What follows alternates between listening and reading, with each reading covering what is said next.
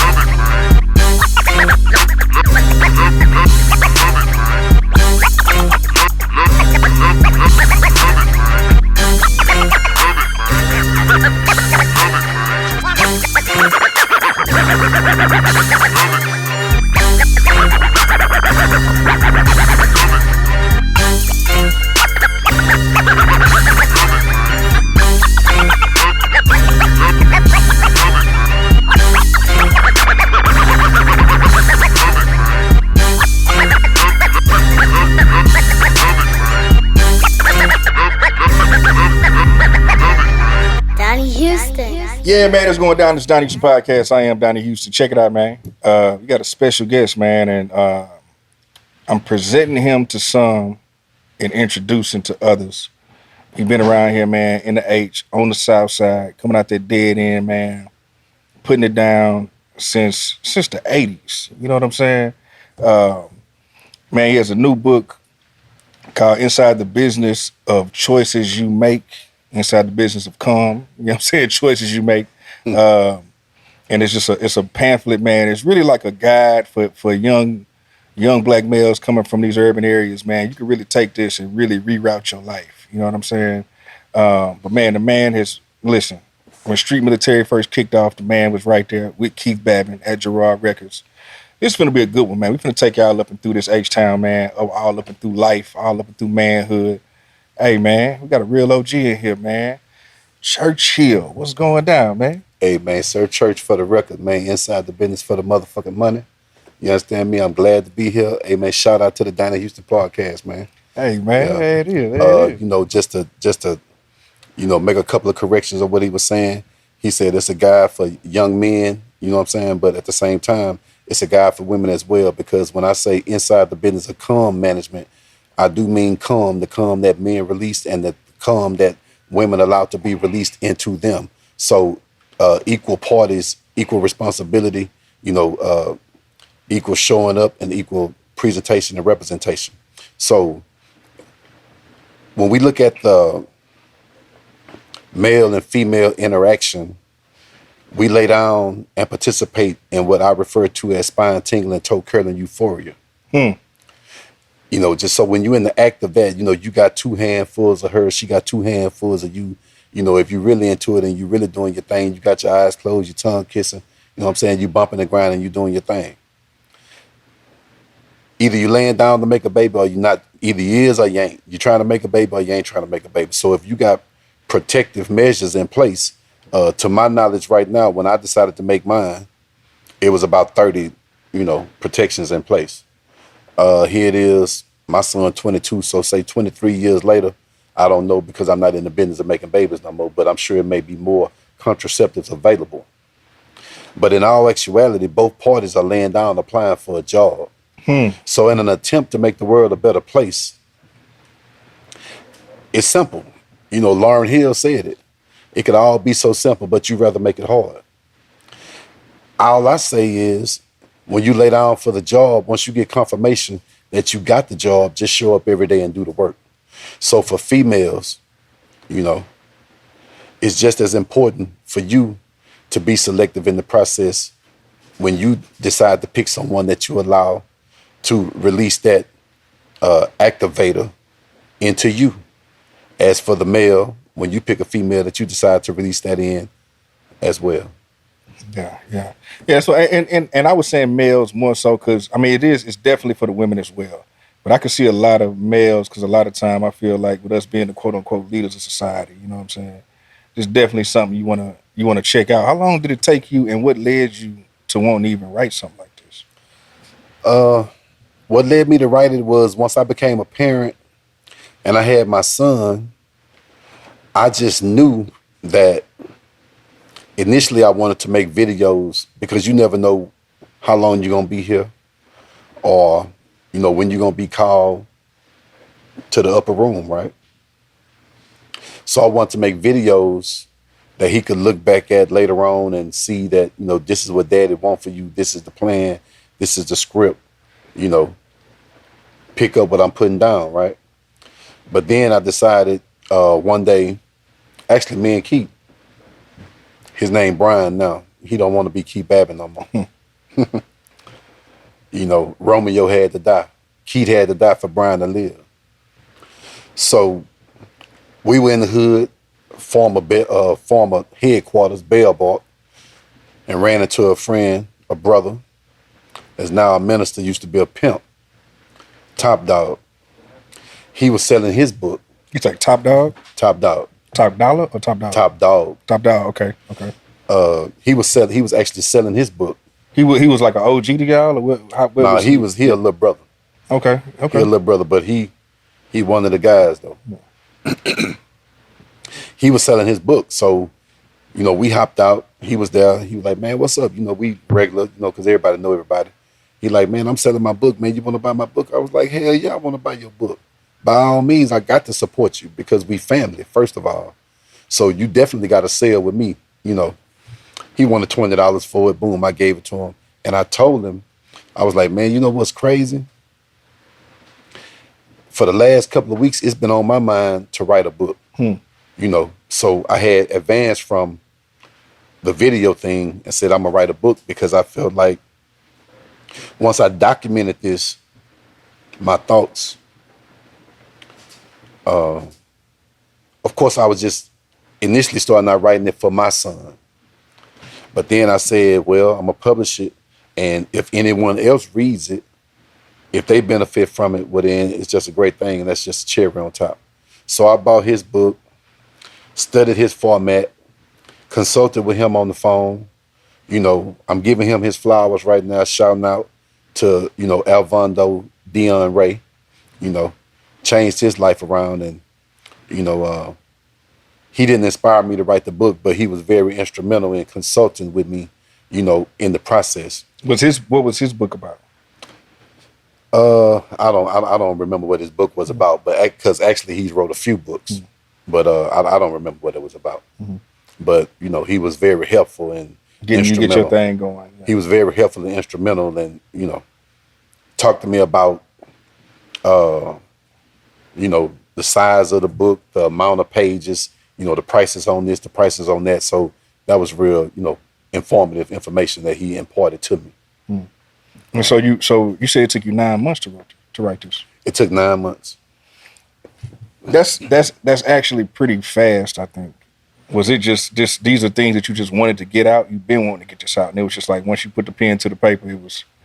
Man, it's crazy because in 9 months, it actually took 9 months because at the time, I'm fighting life on a daily basis. I got to be, when you wake up in the morning, at the time I was married. So when I wake up in the morning, the first thing I am as a husband, I got to go check on my son, check on my kids to make sure that, they up and in rhythm and process on attacking their day. Then get myself together to go out and attack my day. At the time I was a barber. So I would be at the barber shop, and my process was I would always try to have my thoughts in my head on what I wanted to write. So I started out with the title. Then, he had 10 chapters, so I decided I'm going to write 10 chapters. All right, so I wrote from 1, 2, 3, 4, 5, which is up to, down and out, 6, 7, 8, 9, 10. So I started off with the title on the page, and then I wrote down 1, 2, 3, 4, 5, 6, 7, 8, 9, 10. And then I wrote the chapter titles in order of stepping up into and out of. And I would think about, so the first chapter starts off asking a question. Can you afford to be a parent? Not your mother and your father, not the village, not the support system. Can you? You understand me? The motherfucker that's laying down fucking. the motherfucker that's getting fucked, the two parties that's participating in the spine tingling, toe curling. Can you handle what you signing up for right now? Can you step up to the responsibility that you understand me, laying down and applying for? Can you afford to be a parent? So I would think on thoughts as far as that was concerned all week. I would jot down little notes. And then when Saturday would come, I get off work, go home, take care of what I need to take care of with the family, and hurry up and go to sleep. But wake up first thing Sunday morning and sit in the garage in my little comfort zone and have my pen and my paper with all these thoughts I've been thinking all week and sit there for hours and hours and nothing will come out. Because the most important thing to me, as far as I'm concerned, is to start. You know what I'm saying? The first thing that you're going to do to start the process off. And because you want to make sure that you're saying something that's applicable and that's going to grab the reader's attention and hold it and carry them on through. So I would sit there for hours sometime and start off writing, and I don't like the way that sounds, start over, blah, blah, blah. But eventually, it came out. But that was part of the process, and it happened like that over and over again. So that went on for 9 months. Could I have done it sooner? Maybe if I had, $1 million and I was just sitting up as a writer, well, then I probably could. But, it didn't happen like that. I mean, 9 months is still that's still pretty fast. You know what I'm saying? Yeah. Man, I want to get into some of these stories, because there's so many stories in here. Tony and Diana, was it love or lust? Tony had to come at her different than what he was used to. He was used to. I mean, talk about this story, this Tony and Diana thing, man. Tony and Diana. And is this a real story, or are these things or is it based on real story? It's a real story. It's a real story, and I changed the names to protect the innocent. But I can definitely talk about these people because in the original version of the book, this version of the book that you have is inside the business of choices you make. Mm-hmm. I'm actually a published author of 2 books. The original version, Inside the Business of C.U.M. Management, C.U.M. is a double entendre for choices you make, is it contains curse words. So upon me completing that work and selling it and getting it out there, well, then a lot of ministers came at me and wanted to told me that, if you had another version, you could reach more people that was clean with no curse words, you could reach another audience. Okay, cool. I'm saying I'm teachable, and at the time it made sense to do it, so I did that. So with Tony and Diana, Tony is actually the most gangster person I know. He is my brother. He is my best friend. And again, I say he the most gangster person I know, and his name will never come up in any of these podcasts. Hey, man, I can't talk right now. I'm on the Donnie Houston podcast, and I'm talking about your black ass, man. I got to holler at you in a minute. Yes, sir. So. Oh, that was him just called you? That was him just called. Okay. Yeah. Actually, it's okay that I can say his name. His name is Anthony Hillman. Mm-hmm. He's from Dead End with y'all? He's from the Dead End with us. He grew up in Crestmont with Lil Troy. Okay. So Wait, Crestmont. So Troy wouldn't. So when I thought Troy was South Park Village over there with the Dead End and all. All of that's right around the corner. Yeah. Troy grew up. Well, I don't know. At that point, he might have moved by the time when he took the picture with Scarface over there and all of that. That might have been his headquarters of where he was hustling at. But he lived in Crestmont Village, which was right across, right next door to Frost. Yeah. Right across the street from Thomas. Yeah. Right down the street from Sterling. So Anthony, his mother, was the manager of the apartments. And the reason why I say he was the most gangster person I know was because he just as much as a hood nigga as the rest of us, but he never participated. So to be able to have the strength to see that temptation and not be a participant in it is real gangster to me. So as I was...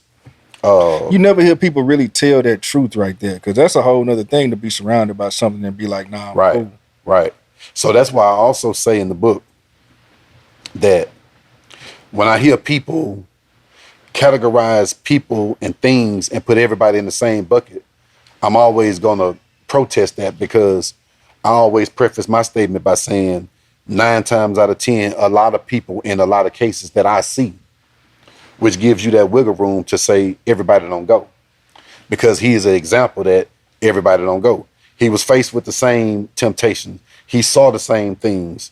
He had the same friends and partners and affiliations. He could have easily said, give me that, give me this, put me down. And it'd have been good. And it would have been good, but it would have turned out bad at the end of the day, like it turned out bad for everybody else. See, okay, I'm gonna get back to the question, because I was about to go into something else. So, Tony and Diana. Well, you could have went there and we jumped back. Okay, remember that, because I'm getting old, so I might lose train of thought. So, with him not choosing to do that, he came up out of the same ghetto that we all came out of. But once he met this girl in school, you know, he was the star quarterback, you know, having his way, however he wanted to do it, whatever. He was actually the quarterback that led us at Sterling to beat Yates after they won state. So he was a rock star. He was a bad little motherfucker. So he was always a bad boy and a rock star from the time of 9 years old. So once he met his wife, which her name is Stephanie Ross, I called her Diana because it's Princess Diana. You know, so she's a princess in my eyes because her mother and her father are a king and a queen. You know, see, a lot of people throw those terms around lightly. What's up, king? What's up, queen? No, somebody had to be chambermaids and motherfucking court jesters.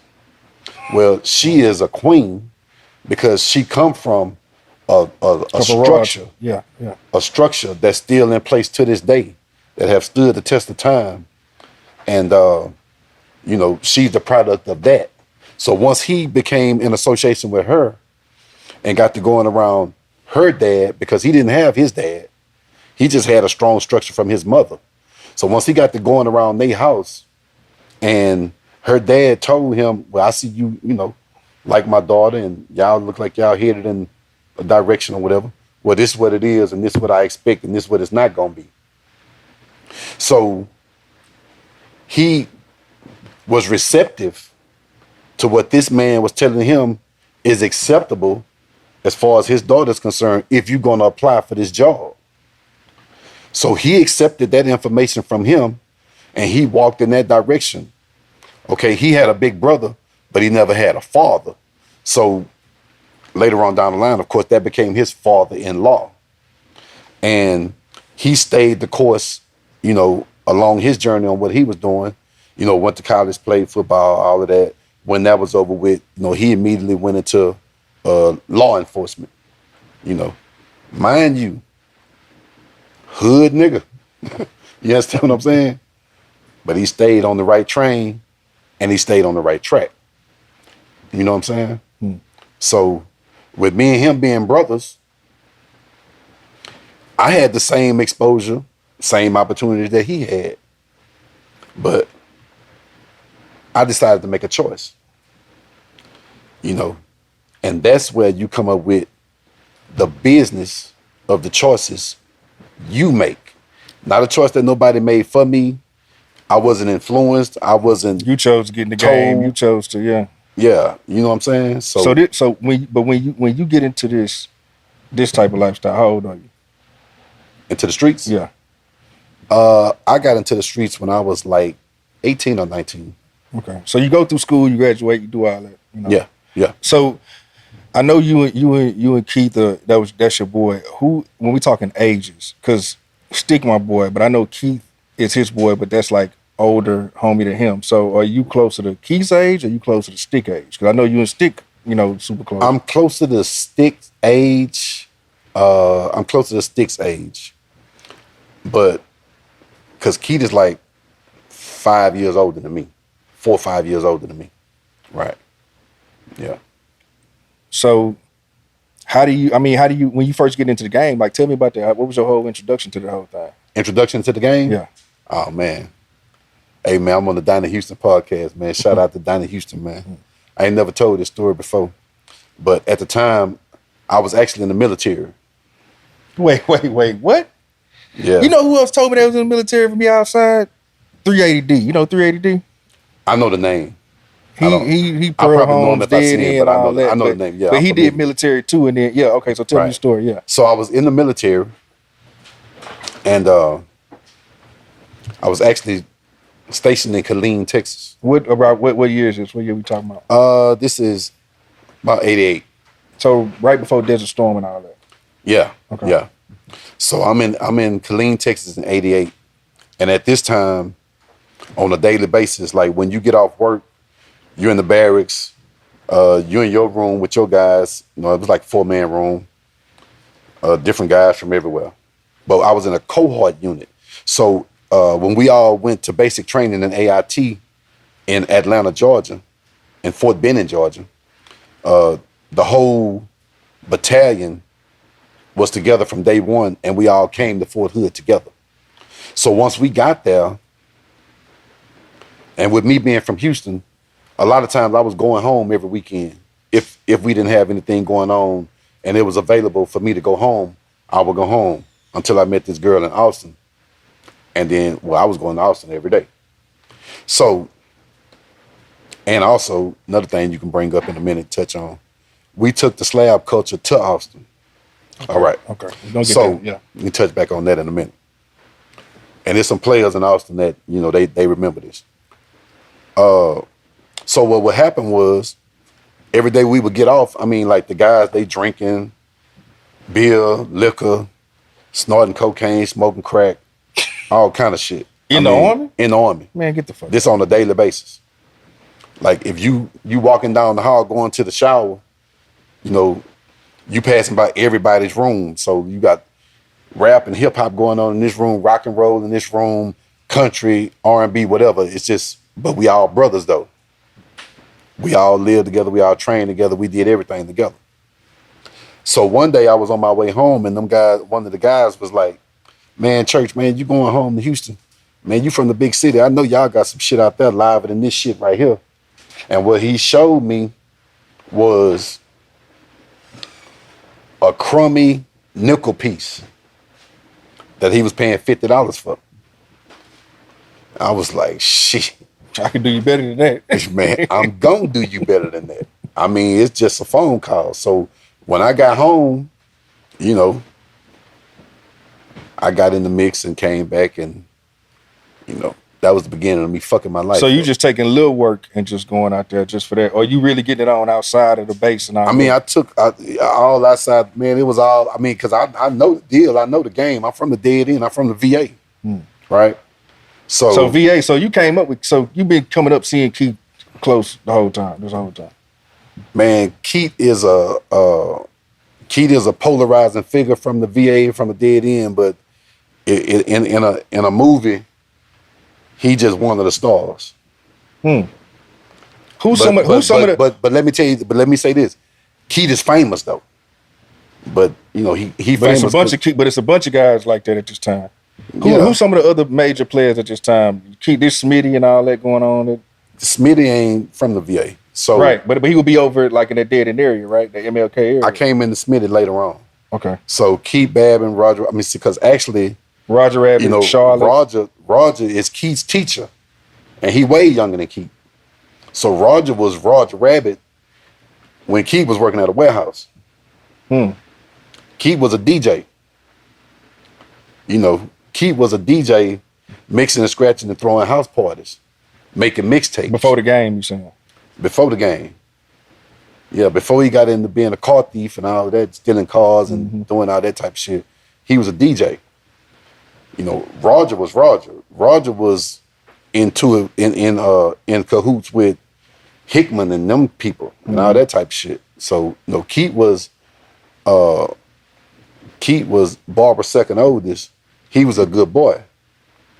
You know, but in the process of fighting life on a daily basis, needing and wanting and desiring more, and you know, working a a taxing job in the warehouse and doing these type of things and having these other different types of affiliations, you know, your mind start playing tricks on you, because see, the biggest war there is the one in your mind. You know, see, the ghetto where you live is all by design. So with Keith entertaining these thoughts, he had the slabs and all of that type of thing, but he got it working. So he would come over into the VA. Oh, he had slabs before he got in the game. He had the slabs. Yeah, he had slabs before he got in the game. Damn, I ain't know that. You know, so he had that from working, and they call it criming or whatever. But then he had a job as well. But then he had babies on the way. So come over, check in with Roger, talk to him, blah, blah, blah. Roger over there looking like Nino Brown. Everybody standing around Roger. He eating wing dinners, gravy dripping on the money. He hit Roger Rabbit, you know, a definition of the vicious animals. You just said something though, because people don't understand what that wing dinner mean, man. Man, that wing dinner is. Come on, man. That wing dinner is the culture, man. Come on, they don't know about that wing. You get that rice, Hey, man, that listen. gravy, man. Come on. Man, listen. When we introduce street military to the world, we throwing the big party. We finna introduce everybody to street military. Guess what the menu was? Wing dinner. Wing dinner. Come on, man. Man, they went over there to Timmy Chan and ordered 2,000-3,000 wings and had somebody else to make some tuna fish sandwiches. Hey, man. Yeah, man. So okay, but get back. So Keith gets into the game because life is going on, and he like, man, I just I got to do more for myself. He wanted more. He wanted to change. So what he did was he took his check, and it wasn't even his plan. He would just come over there and talk to Roger, and see Roger looking like, he had his own wind blowing. But he's around a kid though, technically. Roger he's kind of like a kid. Roger right? was younger. He wasn't a kid. He was a young adult. Man? He was participating in grown man shit. Yeah. And Roger could see the despair on his face and hear the pain in his voice. So Roger initiated it to him and was like, "How much money you got?" "I got $1,000. Why? What's up?" "Give me the $1,000. I got something for you." He gave Roger $1,000. He go back to work. By the time he get off work, he come back. Roger turned that 1,000 into 2,000. And then he tells Roger, "Man, damn, little bro, I appreciate it, man. Damn, man, I sure appreciate it. And damn, man, sure wish I could get another one like the other one." Roger take the 2,000. When Keith come back the next day, he turned it into 4,000. So that put him, in the mix. So now his mind really racing, trying to see like, man, what the fuck is this nigga doing? What is he doing to take this money? Oh, he don't know. Well, I mean, he know he's hustling, but he don't know it's like that though. Yeah, he don't know the intricacies and the ins and outs of what he's doing. But he see that it's a math problem going on, and he know that it's not division and subtraction. He know it's addition and multiplication. So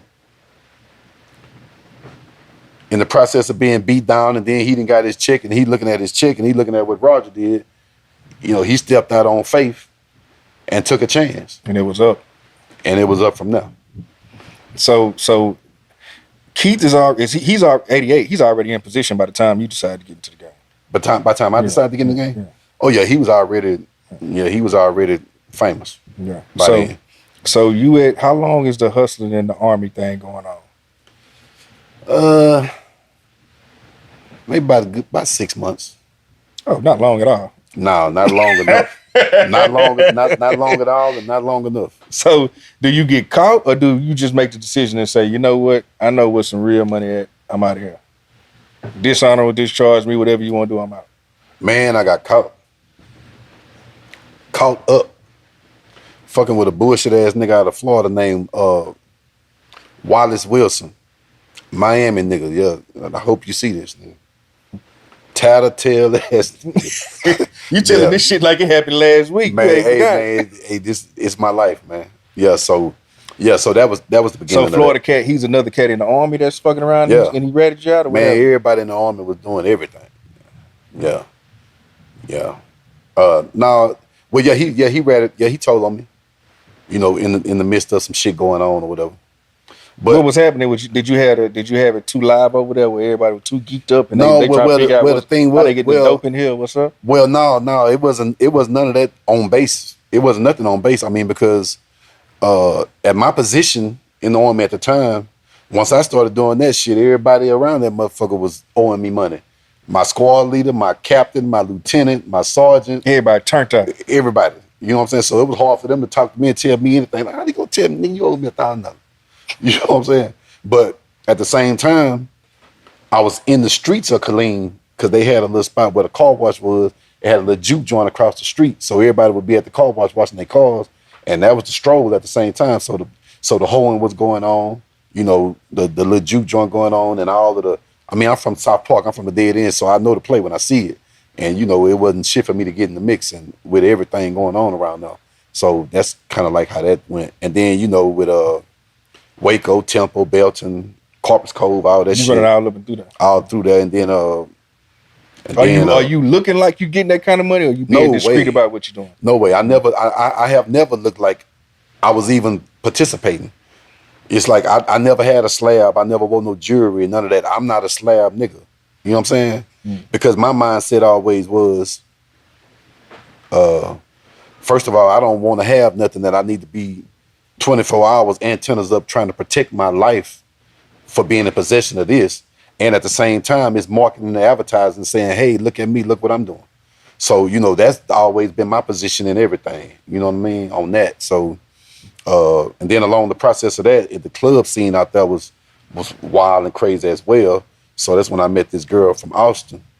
And I end up, you know, of course, like this might have to be the baddest motherfucker in Austin. And me and her was together. And she was from the hood in the ghetto in Austin. And with me going over there with them, I got hooking up with them niggas. And, turned it up out there. And next thing you know, shit, I come home, I tell Keith and them, hey, rally the team up, man, get the slabs, the vans, all that shit. Oh, so this when y'all take the slabs to, back in the 80s, y'all did the slab line to Austin. Take it to Austin. 4-5 slabs. That's why when Kiki say knocking those down, coming down, single file line, hey man, nigga did that shit a long time ago. Back in the days when they used to pull out and stop traffic and then let 10, 15 slabs come out. I never had one, but these my people though. You know what I'm saying? I thought all this shit was stupid. No shit?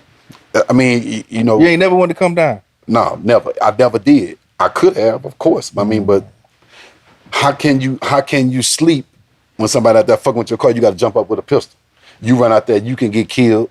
You know what I'm saying? This back in them days. And that's really that era, yeah. See, back in them days, riding on the slab, riding on swingers, was your life was in danger. You know, when Pat made that song, In a Turning Lane, that's real shit. You know, like we know people in South Park that died like that. I never aspired to put my life at risk in multiple ways. You understand what I'm saying? So, you know, I always consider myself to be a critical thinker and, you know, to analyze everything from a 360 view. Before I make any play, you know, the moves got to be calculated steps. You know, anybody can run out there and crash out. You know, that's not my thing. Yeah. You know. So y'all go to Austin. We go to Austin. Yeah. After I had already been back and forth. You know what I mean? And I would tell them guys down there, nah, I'm gonna bring my partners down here and we gonna, you know what I'm saying, take them on a field trip or whatever. Just to further solidify and establish that, you know, you fucking with some H-Town niggas in this life. You know what I'm saying? Yeah. And at the same time, I'm not gonna say that I took or I introduced or started nothing in Austin because I did used to hear a guy named that was one of Smitty's partners named Sterling. He was out there. Never knew him, never met him, never seen him. But I knew he was from H-Town and he was out there and I know what he was out there for.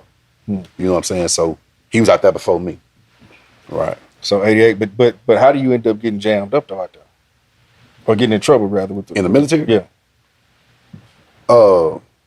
Just posted up in these apartments and, you know what I'm saying, doing my thing and trying to put the shit together out there and find out who I'm going to, you know, dictate to and who I'm going to leave in position and this type of shit. And, you know, the people ran up, shit like that.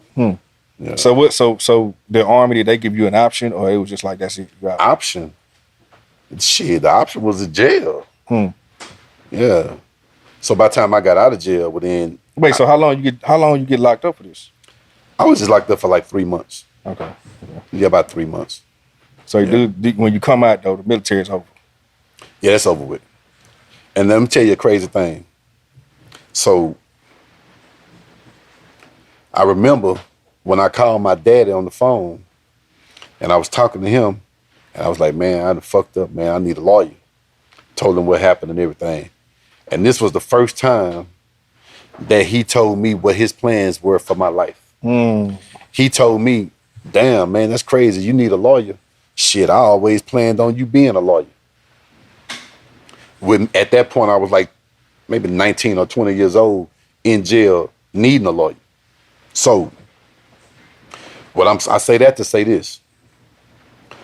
As a parent, you're responsible for building your kids' foundation.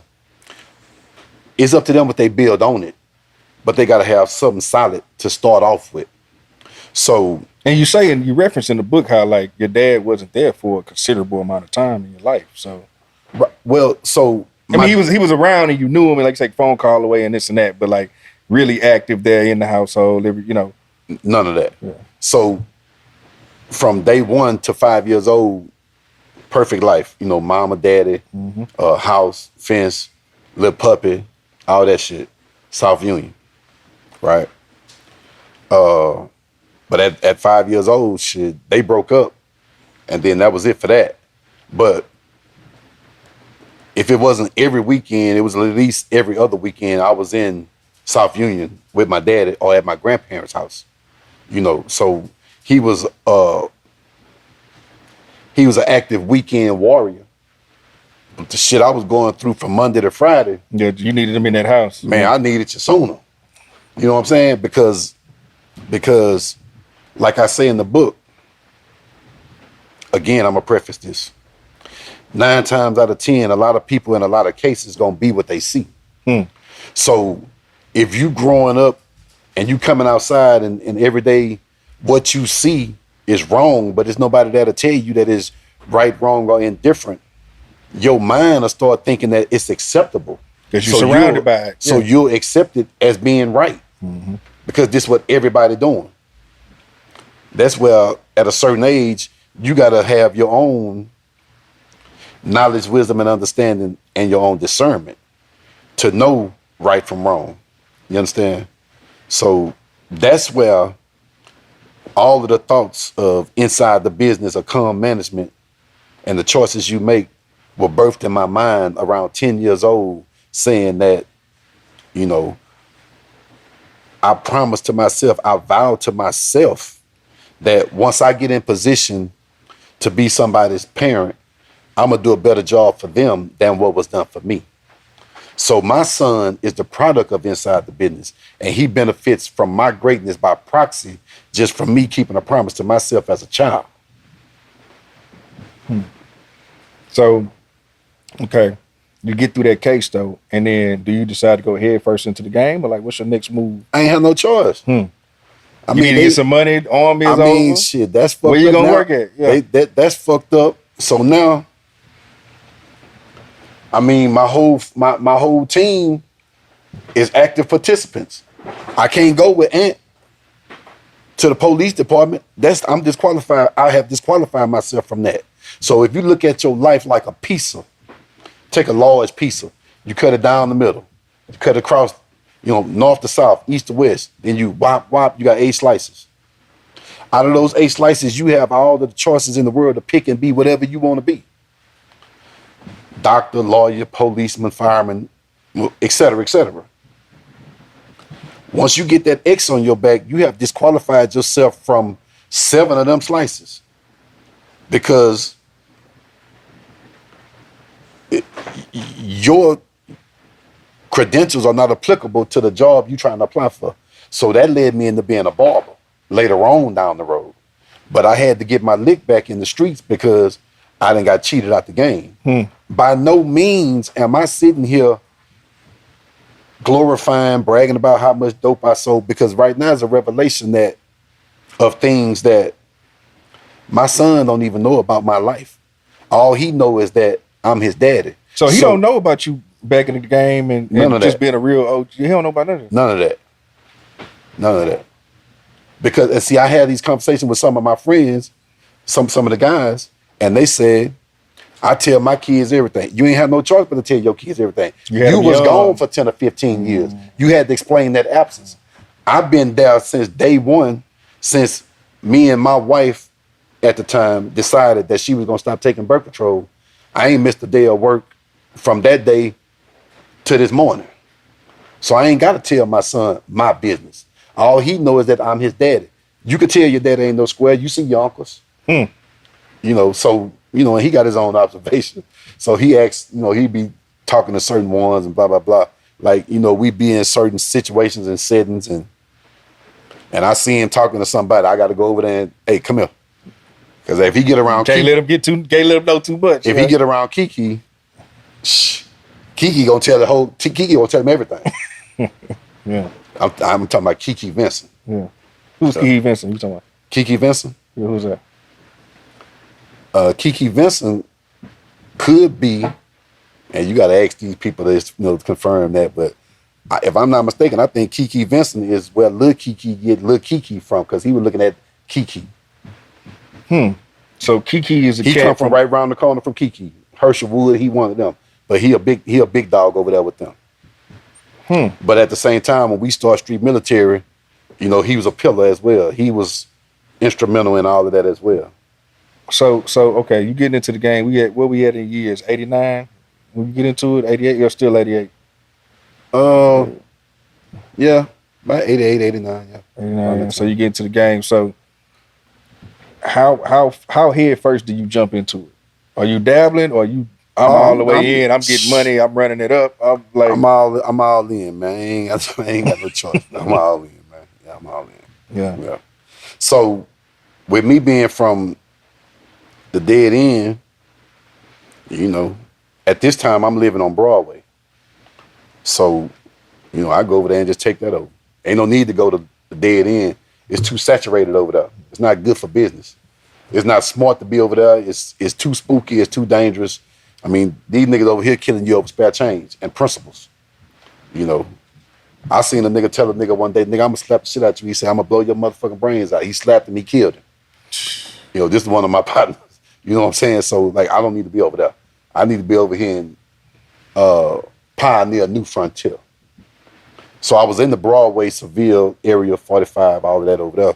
So that's where I was at over there. So you running? And you say you ain't getting the slab, but are you going Benz? Like how you what you doing with this money? Rental cars, man, blending in. Rental cars. You serious about that low key shit? Yeah, that's a choice. I mean, again, you got to be committed. You see, the thing is, you can't be scared. I'm talking to the world right now. You can't be scared to go against the grain. You can't be scared to be a leader. You can't be scared to rock the boat. I mean, because one thing my daddy did tell me when he found out I was an active participant was, I see you already doing it. I can't stop you. You're going to do what you want to do. All I'm going to tell you is this. If you're in association with your friends, they the same friends you've been having all your life. Just know one thing. If they wasn't smart in school, don't expect them to be smart now. And just know you my son and what you come from. That's all I needed to hear. You know what I'm saying? Because I was already making my own choices. I've never been influenced by nobody, because the biggest influence in my life was my mama. You know what I'm saying? I grew up in the days where, you know, TV went off at 12 and they used to flash the child abuse number on the TV. I used to be one to call them people. You feel me? Mama was handing out the ass whoopings. Man, mama was handing out ass whipping Monday through Friday. Smoke a cigarette on the break and get back on your ass. My partner, Jeff, and R.I.P. to my boy Jeff. He was one of the producers with us at Gerard Records. Me and him, we had our musical, you know, growing up together. J.L. Menifee, that's one of my brothers from the VA that, you know, left Houston at 20 years old, went to Atlanta and took Atlanta over. And y'all always told me, man, if it was 5 of us out here, man, we'll be running this motherfucker. So he a real estate mogul out there in Atlanta right now. And my other brother, AB, Anthony Benjamin, he, you know, so between them 3 niggas right there, they'll be sitting outside my house counting the licks of the ass and I'm getting tell me when I come outside, Man, she gave you 250, 350, shit like that. So the biggest influence in my life was my mama. I ain't know, it was because just imagine you growing up and the person that's feeding you, clothing you, providing you for you, and beating your ass every day, you know, expressing their love to you. That's what you got going on inside the house. When I go outside, I mean, everybody else got to be a victim. I'm not taking no shit off nobody else out here. I got this shit inside the house. You know, and in the VA, when you walked outside, you had to get in a fight. I don't give a damn if you going outside to take out the trash. You got to get in a fight. Like, tell me about the VA, because everybody, I had Charlotte on here, you know, VA vicious animals. Charlotte was on here? Yeah, I had Charlotte on here. Yeah. That might be the only, that I don't know for a fact, but I'm going to just say for my recollection, and in those days, you know, that's Big Sis. She might be the only woman in those days that was riding on swingers. On the slab, yeah. Packing shotguns and jump out and shoot. And of course, you know, she got a brother named Tinky and Roger, her brother. And everybody know what come with that. So, in a sense, she might have had somewhat of a built-in past, because you know what come with, first of all, she from the VA, and that's Roger and Tinky's sister. And on top of that, she'll shoot your motherfucker self. So, yeah.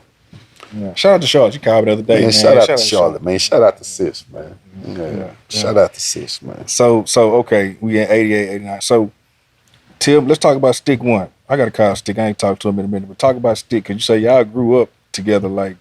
So, Stick One more along the age with my brother, with my little brother. Okay. And his name's Stick as well. Okay.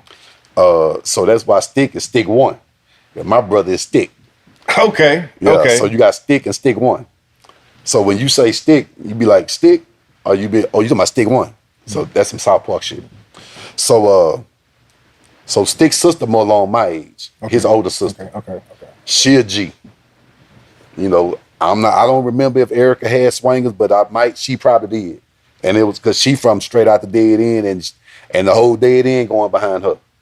You know, she a boss and little saucy motherfucker. She gonna crank some shit up and always running some shit. To this day, she organizing, coordinating, and being a boss on shit. That's what she do. That's what she always been. And she know, you know, it's a thing where you know your strength and you know your power and you know what come behind a motherfucker fucking with you.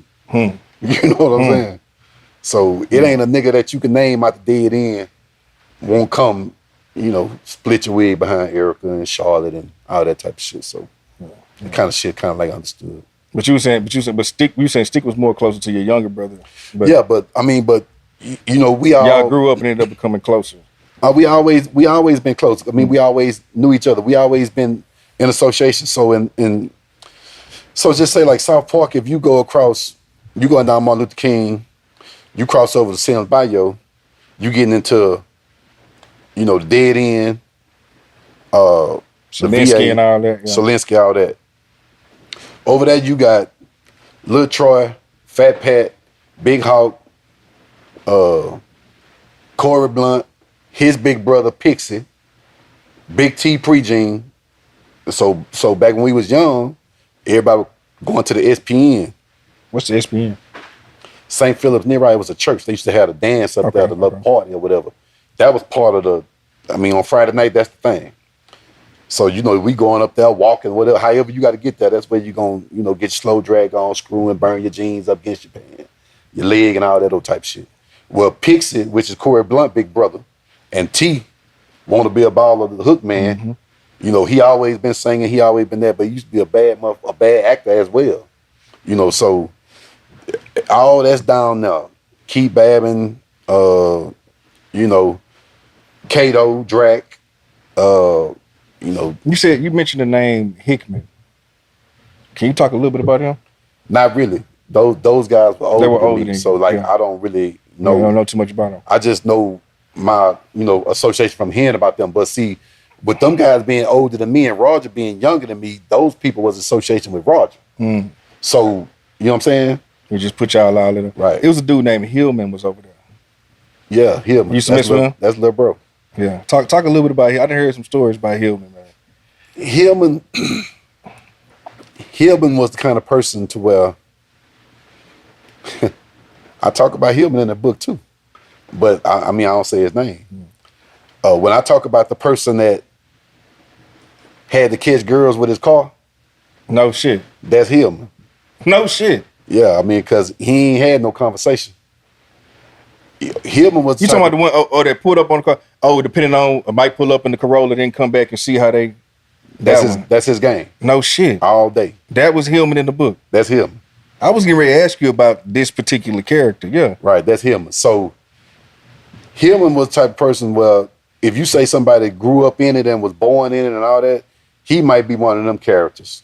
So from an early age and an early stage, you know, again, you being what you see. So with him being younger, him seeing all this going on, he was young, you know, we in poverty-stricken area. You know, everybody want a chance to do better, and you see an opportunity to do better. Maybe you didn't even really know that you were doing bad until you seen somebody else getting a leg up. And, you know, I want some of that. Comparison things. Yeah, I want this, I want that too, right? You know, just say, for example, Hillman see Roger and Corey coming down the slab. They all the same age. Well, shit, I want that too. But Hillman was having his own Cadillac with swingers on it at 12 years old. 12? 12. Grown-ass man riding swingers at 12 years old. You know what I'm saying? I might be off on the numbers a little bit, but it's somebody. But he was a kid with a slab, though, long story short. He was a kid living a grown man life. So Hillman was the type of person to where, you know, I don't know about nobody else ghetto, where you from, how your hood go or whatever, but in the VA, in the dead end, Summerwood, Foxwood, Esperanza, all that. Crystal Spring, all that. Crystal Spring, all that. I go all the way back to where you know what I'm saying, we stealing bikes, you know, from at Harlan's, putting bikes together, you know, taking a big crank off the big bike, putting it on the 20-inch with the lift sprocket type shit. Riding to the back of the dead end, back there where the trails was. You know, we had our own motocross huffy shit going on back there. You know, you had to be about your action to even go over there. But I'm from the dead end as well, from Orleans and the VA. So Hillman was the type of person, like most of the people from over there, as we growing up, like I say, every day you come outside, you got to get in a fight. You ain't got no choice but to get in a fight, or you better stay your ass in the house. And you got football going on, baseball going on, basketball going on. All this is real live, rugged, ruthless competition at every level. And a nigga gauging you and grading you on everything you do, on your participation. So when the time came to getting money, and nigga see you with some shit, he gonna look back and be like, shit, he was a hoe when we would look. I gotta check on him and see if he can defend it. So Hillman was a person that was gonna stand on that at all time. If he thought you was a hoe, he coming to check on you. You know? Yeah, I heard that. Yeah. That's the type of person he was. And I used to tell him all the time that, you know, listen, little bro, in this game, you rather have people to respect you than to be scared of you, because a person that's scared of you will kill you. You know, where a person respect you, you know, respect is respect. Like a person I am, I'm leading off with my respect at all times with everybody I come across, because I got manners and I was raised that way. It's also a manipulation tactic as well, because sometimes when you lead off with manners to people, they can take your manners as this nigga weak, and then their next move will be trying to see what they think, if they can prove it. That's wrong answer. And we gonna get on to that too. You know what I'm saying? Yeah. But, you know, like the word go, you know, conversation rule the nation, understanding rule the world. And like you say with Hillman, but he ended up getting killed, right? He ended up getting killed for being Hillman. Yeah. Yeah. So that's that. Is Paul Chevis from y'all area too? Paul Chevis, yeah. Me and Paul Chevis best friends growing up. No shit. Paul Chevis, me and Paul Chevis grew up together. We played Little League together. No shit. See, let me tell you something about South Park and South Park player shit. See, I ain't heard nobody get up here and talk about this kind of shit. See, back in the days when we was younger and in the streets and in the mix, there was a whole bunch of player shit going on, a bunch of unity, right?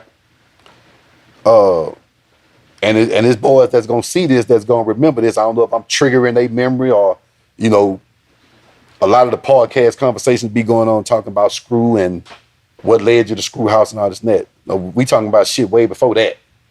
And we can touch on him as well. See, players in South Park used to get together. We used to do shit like on the movie with the Pimps and the Hustlers and have player softball games for $1,000. Because we all grew up playing Little League together. Me and Dirty Red. Me and Dirty Red played Little League together. Jeffrey Murray. I got a cousin named Allen, Choo Choo. These boys was tagged as little boys going to the NFL. Andre McCoy, Aaron, I can't remember his name. He went to Jones though. But there's a bunch of them. You know what I'm saying? We all played Little League together. Dirty Red, from a little boy, people thought Dirty Red was going to the NFL. No, wait. D-Red ain't never told me about this football. See, D-Red was a cold Dirty Red was a cold ass running back. When I ran into him when we got older, I was like, man, you still playing football? Because by now we in high school. I'm expecting him to be the star running back at Word. And he was like, man, I don't even play football no more. I make music now. I was like, oh, okay, no shit. And then I found out he was the producer of the Botany Boys, which was right around the corner from where we was posted up with our studio at. But everybody knew everybody. I know Willeen, and I don't know Dez, but I'm familiar with C-No, but I know Dirty Red and Willeen. Yeah, so everybody from down there, everybody know everybody. We used to play softball, Paul Chevy's, all the guys. I mean, Trent the Trip, God damn, Craig Hicks from 3rd Ward, Poopy, Uchi, Nugget, and was Quanell and his brothers and all them. Sock and T and Cornell, all of them. Everybody know everybody. Everybody know everybody, man. All that's right around the corner. It's one street separates Sunnyside from South Park. You understand? Everybody know everybody. Everybody fuck with the same girls. You know what I'm saying? Everybody know everybody, man. See, y'all era just seemed to me so live and so player. Even though I know boys was getting jacked, boys was getting knocked off, boys was getting locked up, hating and all this shit was going on. But when I think about that era of Houston, it just sounds like some real player shit. Man, hey, I mean, this the thing. When you the picture in a frame, you don't understand how you being perceived by somebody on the outside looking in. So, like, the things I'm telling you now is facts. I mean, you talk to these people from back in them days, they gonna tell you the same shit I'm telling you. We used to play 3rd Ward against South Park football. Yeah, I'm talking about nigga come out there and get your teeth knocked out. That's where connections was made. Later on the night, we all going to the club. You know, everybody come to Carrington. We used to, me and Iceberg Slim, we walk in Carrington with our own bottle in our hand. Come on, man. I mean, this ain't no, this, you know, and I just want to put this out to the world. Everybody thinking that they discovered Houston in the last couple of years, man, y'all ain't discovered shit, man. This been live. City been on. Houston, it's been something to do 7 days a week since I got in the streets. It always been live. It might be liver because you got to understand, when the pandemic came and everybody else was shut down, we was still operating. So everybody was able to come here. They came here thinking that you going to see niggas riding down the street on horses and shit. And they ended up moving out here and putting their boots on the ground, getting a hat and getting them a motherfucking horse. Because that's player too.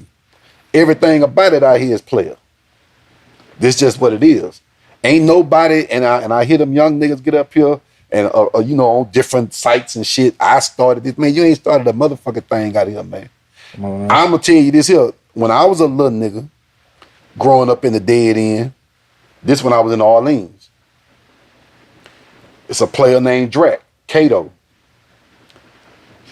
We'll see this man come outside his house, limousine parked outside, briefcase handcuffed to his wrist with a robe on, looking like the coldest shit a nigga ever seen in his life. I don't know what this man do, who this man is, or what he got going on, but I know that shit live. Wait, he got the limo parked in the hood? Man, this is 79. You feel me? This is 79 in the dead end in the leans. So the limo in the leans is wild, man. Boy. Listen, man. Anybody that was over there back in them days, I was 10 years old when I seen this shit. I'm 56 right now. So anybody that was over there back in them days, I was, they seen the same thing. But see, that's not what the narrative is of the conversations that's been being had. So, and I'm not here to promote no type of negativity. I think, I really feel like any nigga getting on TV talking about how much dope they sell is a motherfucking fool. Because the thing is, you got to understand, you sowing seeds in the youth mind, like J-Dog said in the song, you sitting there waiting on your turn, something like that. I love that song, him and Slim Thug. But you sitting there waiting on your turn when you gonna get up to get your swingers. But you got to understand, you got to go through it to get to it. So as a older person, or OG, or big homie, or whatever you want to call yourself, my OG stand for old guy. You understand? I ain't nothing gangster about me. I'm a trustee, man. Listen, the things that these youngsters see stain their brain and become impressionable at an early age, and that's something that they may aspire to. So when you getting on here, bragging about how much this you did, how much that you did, blah, blah, blah. Hey, man, that ain't live, man. That's just my stance on it. That's my opinion. That's how I feel. You know what I'm saying? I'm representing inside the business of C.U.M management.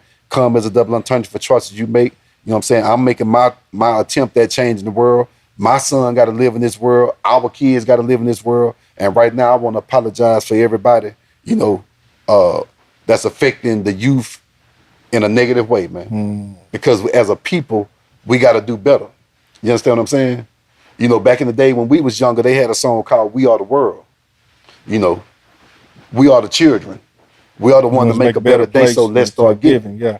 Michael Jackson had a song said, "I'm starting with the man in the mirror." Yeah. Right? And see, like I say, the biggest war there is the one in your mind, right? So when you start in the man in the mirror, you looking out here and, taking out your mental health issues on your brother, not understanding that that's not your enemy. Bro, say this shit one more time, because that's so real that people be trying to use that aggression, and it's like, bro, really, you mad and frustrated about something that's been going on with you internally, bro, that ain't got nothing to do with the next man, dog. Hey, man, listen, bro. You come to me with that, I'm gonna make your ass fuck around and start crying. Hey, look out, bro, it's all right, man. Come on, let me hug you. You need a hug, nigga. Yeah, you need a motherfucking hug. What's wrong? What's the problem? I'm not your enemy. The enemy is the enemy inside of me. You know what I'm saying? I don't have a problem with you. You don't have a problem with me. If you you can't have a problem with me unless let me know you got a problem with me. I can't help that this shit is what it is. I can't help this blow by breeze smell like what it smell like. I can't help this light is shining around me. Get your motherfucking weight up, nigga. Find out how to goddamn me get with me instead of trying to get against me. Now back to what we was talking about earlier. You think I'm gonna help these niggas kill me and ride in a slab?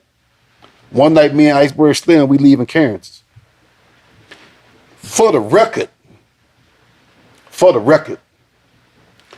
Corey Blunt, the Slab King. Cool. You putting Corey over Q Dog and I don't know Q Dog. Who is Q Dog? Cornell brother.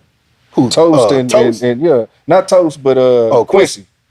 I don't know. I'm just saying what the people say. Okay. I'm just saying what the people say because remember, I don't give a damn about no slabs.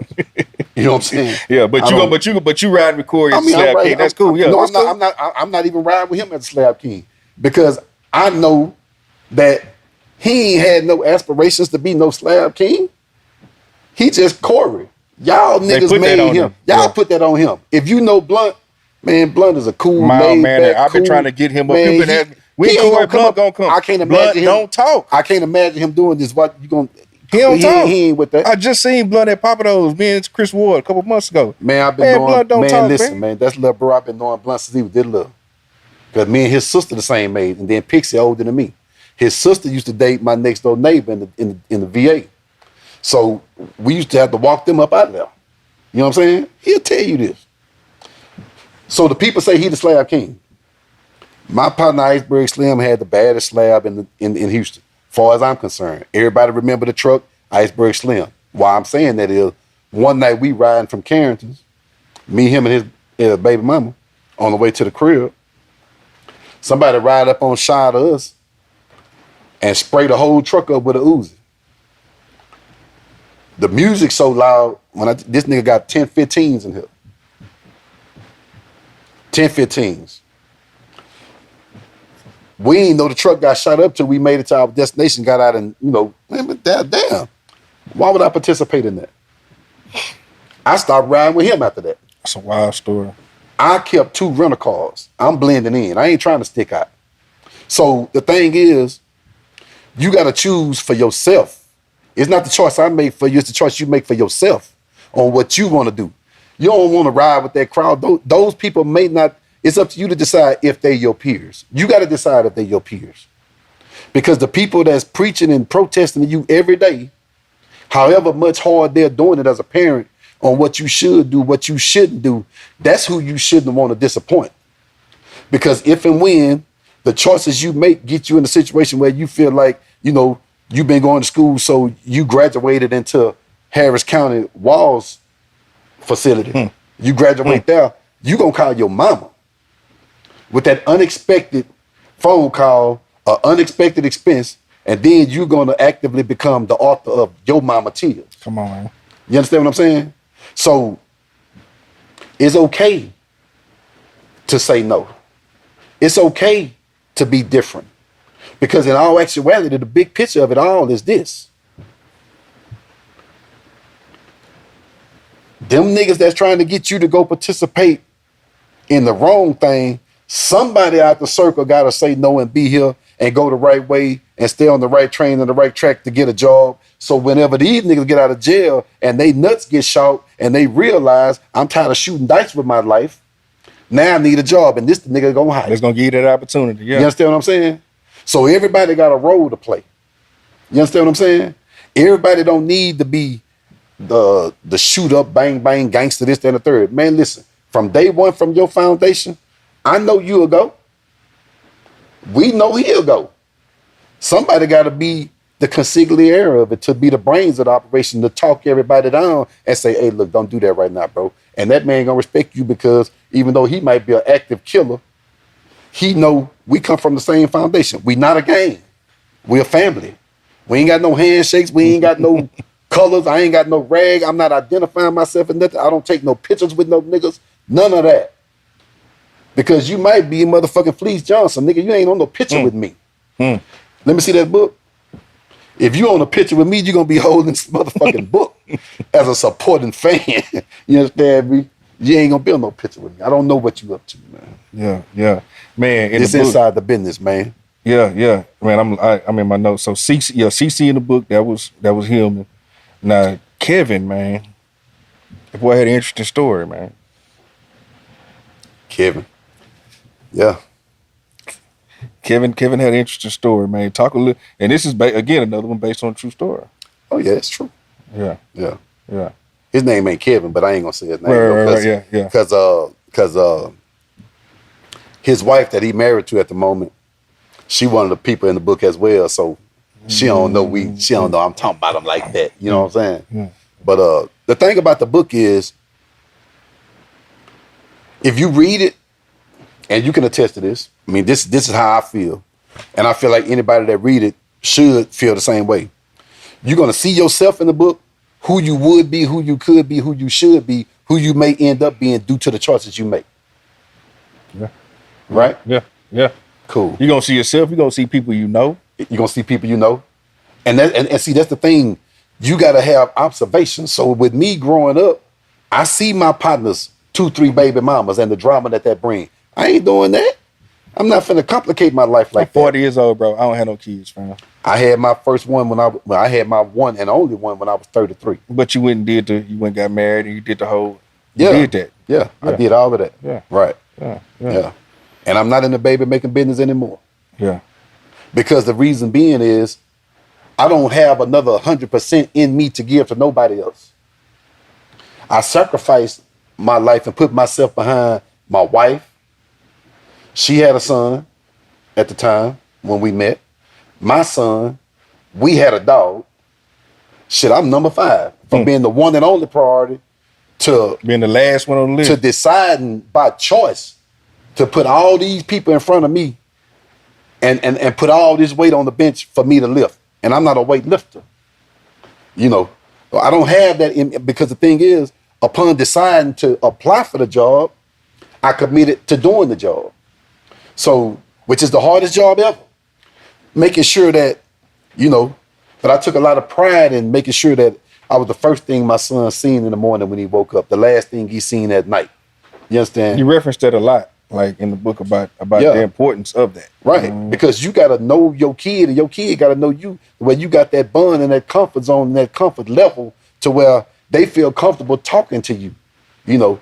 But just think about the job you got to do fighting life on a daily basis, being a black man, having to be productive to get money, to be a husband, you know what I'm saying, to satisfy her needs, wants, and desires, to her satisfaction, you know, and then be worried about how was school today? Did somebody touch you? Did somebody bully you? What happened? Tell me everything. Start from the beginning, don't stop. Every day. You understand what I'm saying? Mm-hmm. So that's a lot of work, you know, to do. And that's why I want people to understand when you lay down and apply for the job, that's what come with it. And the reward come from being able to say that, you know, from the mistakes of the choices that I made early in life, I'm proud to be able to say that, you know, my son is 22 years old. This spring coming up, he'll be graduating with his bachelor's degree in healthcare administration. He's a football star. You know, he know how to play piano. He was taught that. He learned piano. He sing, rap, dance, film. Well-rounded kid. He got his own clothing line here, all around rock star. Everything I wanted to do is what he do. You know what I'm saying? And I'm proud of that. You know what I mean?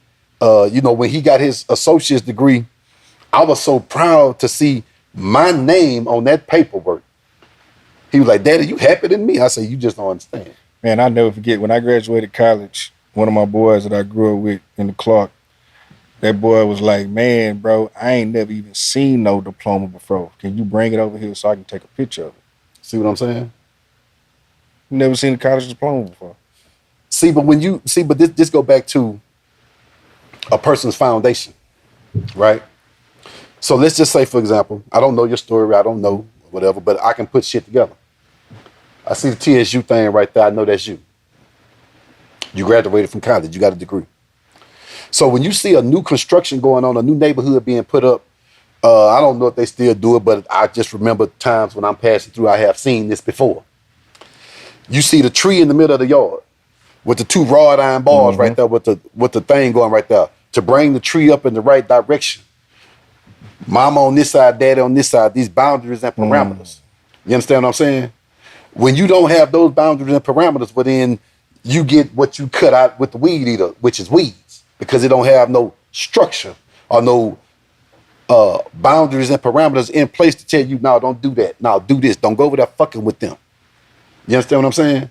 All the friends you grew up with, at some point, everybody gonna grow in different directions. Somebody gonna be a robber. Somebody gonna be a breaking in houses. Somebody gonna start selling dope. You might get you a pimp out of that. Somebody gonna be a booty band. Somebody might end up being a punk. You know what I'm saying? But you can't unknow these people because these are the people that you know. People, yeah. This is your foundation. These are your day one friends. You understand what I'm saying? But everybody got their own choice to make, and they got their own script to follow from the people that's implementing the script to them. I seen something on TV yesterday. It really disturbed my spirit.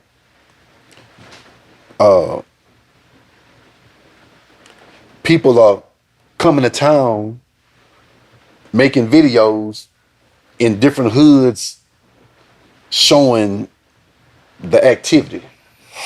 I don't like that. Yeah, I don't really fuck with that either. I've been seeing it. Because for all you niggas out there, when somebody come put a camera in your face, you so happy and excited to say, I'm marketing my negativity. Nigga, I got shot 7 times. You can't take 7 shots, nigga. Yeah, nigga, you niggas, nigga, I'm going. Nigga, yeah, it's whatever. Woo. The youngsters, right? They young. But it's more disturbing when you see an old nigga with gray hair in his face out there participating with them same youngsters that's supposed to be the big homie. And they calling him the big homie and the OG. Nigga, But you he doing ain't young homie shit. Yeah. Yeah, you doing little nigga shit. And this the thing. This the thing. If I was to say from day one, from the beginning of what I would call the beginning, to my recollection, everybody was starting off around the same time, if that makes sense. So I'm gonna just use this for example. Just say like, Keith 5 years older than me. So at that time, it might be safe to say that nobody had went through Huntsville, went on that journey, came back to be able to come back and tell the story of, listen, little bro, don't do that. This what's ahead of This you. what's gonna happen when you do that. So with everybody starting off at the same time, nobody came back to tell the story. We can't go with that excuse no more because it's been long enough. It's been enough time. It's been enough time. Well, and it's enough information on the internet to know that from Rick Ross in California, all this was a plan. Okay. We went with it. We fell for it. Okay. And, it was dire straits. We needed a change. We wanted to make a difference. We wanted to do something better. Okay. Shout out to all the niggas that didn't. Much respect.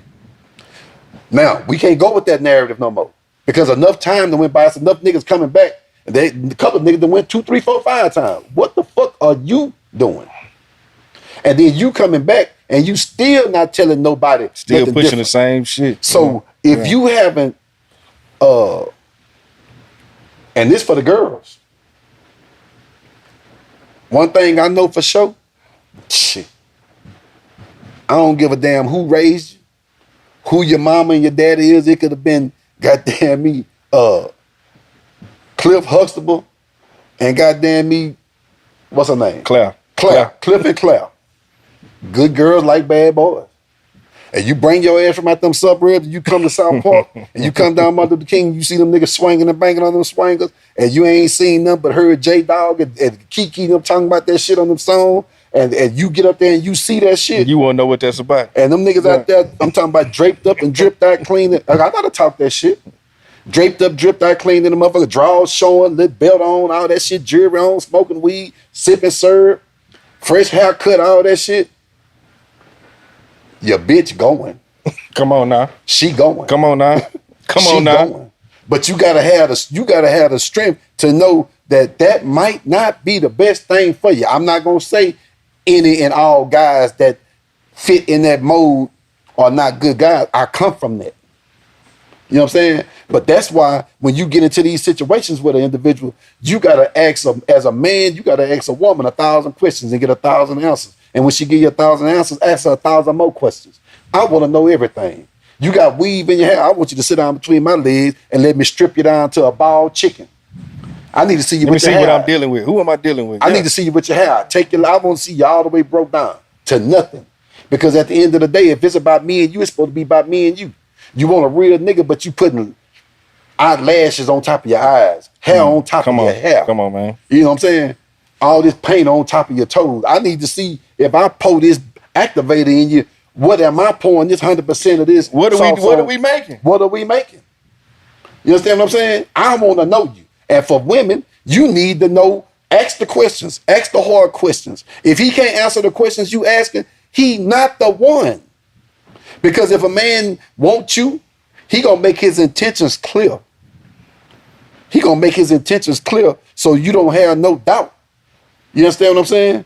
Of what we doing moving forward. You gotta know what you doing. This is the business of comm management. This is inside the business of comm management. You don't just meet nobody randomly and I'm attracted to you, you attracted to me. Yeah, your mind could be altered while we participating in sipping syrup and sipping drinks and you know what I'm talking about? Yeah, we look good while all the lights spinning and the music playing and I stay flossing and that candy paint, yeah, flowing, bang, all that. Yeah, I fuck with that. You got a bopper. Come on now. That's a bopper. Come on, man. Is that what you want? Is that what you need?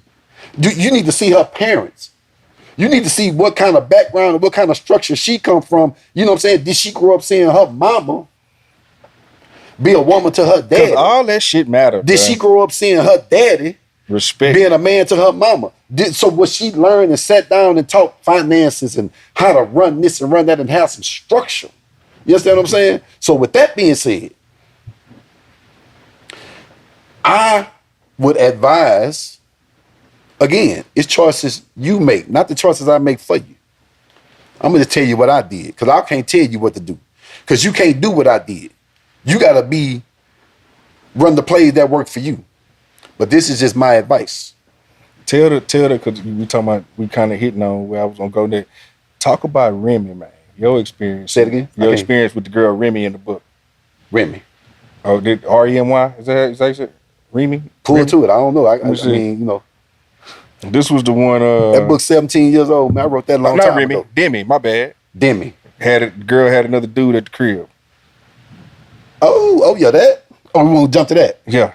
Because that was your experience. That was me. Yeah. Oh, man, yeah, that was my girlfriend. Yeah.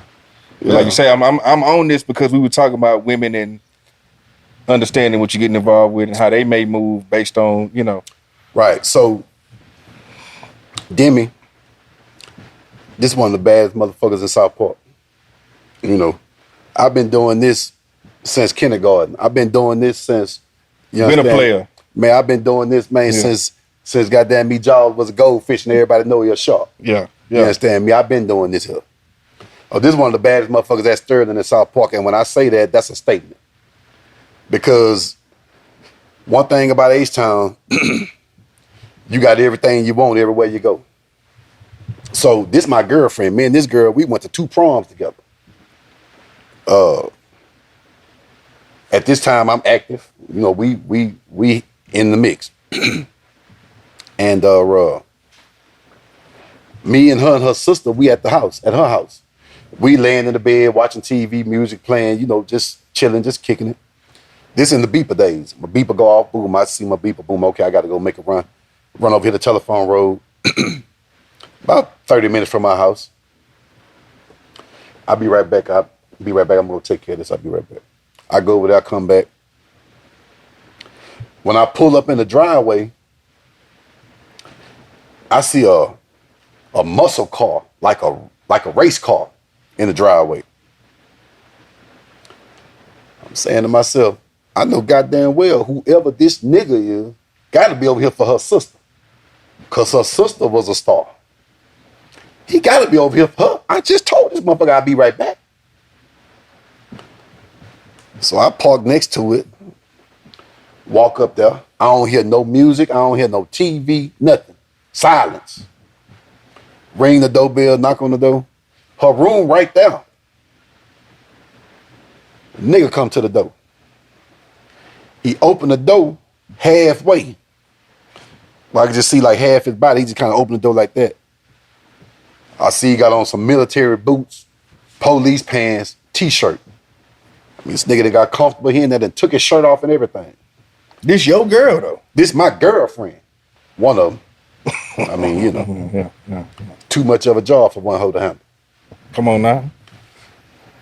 So. Too much of a job for one hoe to handle. Hey, boy, I just took that one from you. Hey, man, give me drop something else on the ground for you, man. I ain't going upside down with no hoe no more. Come on, man. Listen. The nigga opened the door halfway. He say, what's up? He say, yeah, what's up? So, I say, Demi here? That nigga say, yeah, she got company. Nigga, I stood there. When I tell you, if you could imagine getting punched in the chest by George Foreman or something, I was like, she got company. I mean, I'm standing there, I'm like, all right. So right when he said, yeah, she got company, I was like, as a matter of fact, I ain't say nothing. Cause like a couple of seconds went by silence, and then she's standing behind the nigga the whole time. She stick her head over his shoulder and say, I'ma call you later, okay? Ooh. Come on, man. Say, man. Hey, man. I knew right then, man. This shit gonna test you. You know what I'm saying? It's gonna test you. And goddamn me, this was a pop quiz. Man, listen. She said, I'm gonna call you later, okay? I said, all right. I turned around and walked off.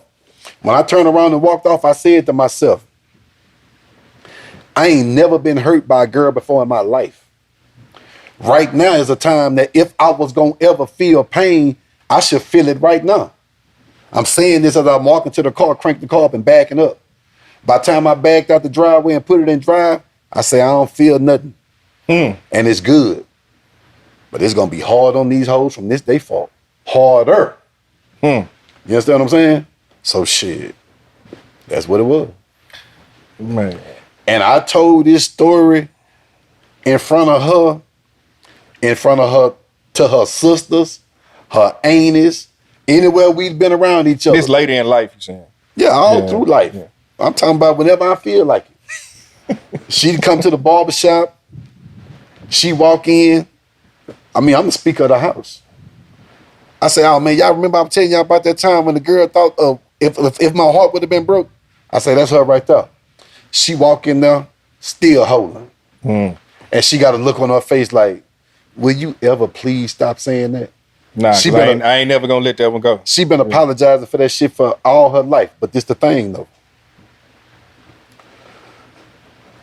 When you know who you are and you know what you bring to the situation and what you gonna input into a situation,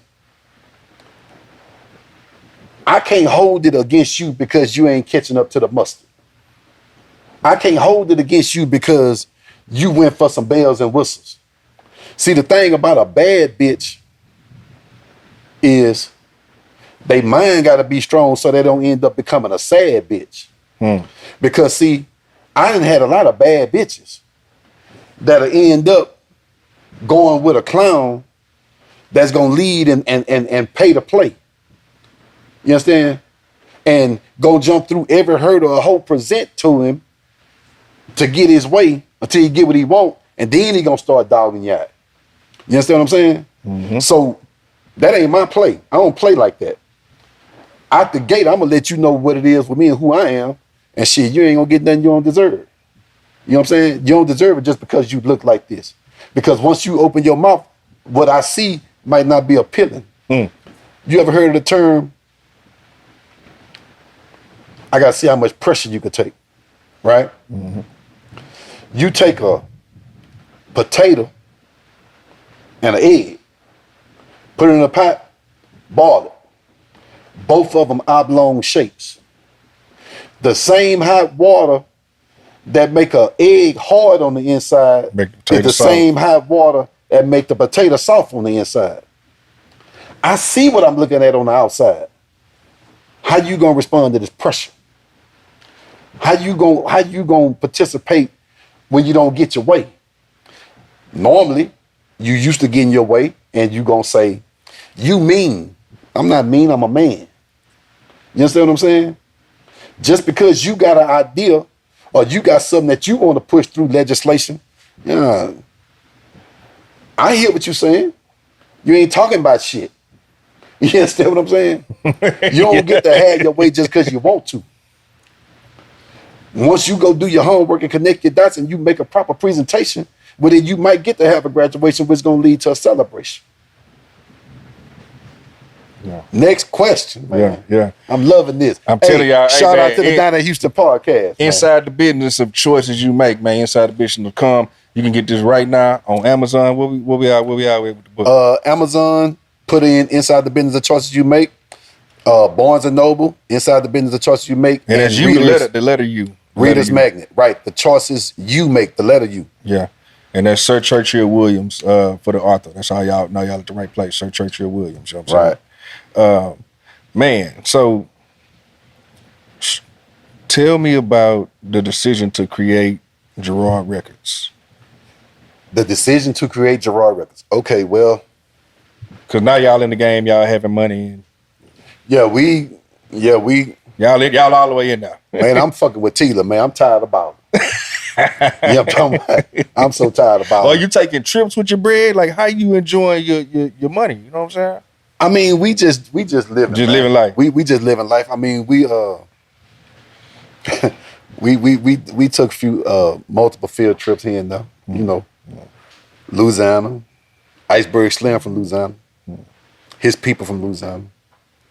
All up and through Louisiana, Mississippi. I mean, you know, you ain't gotta, just the thing, you ain't necessarily gotta be nowhere in particular to be having the time of your life.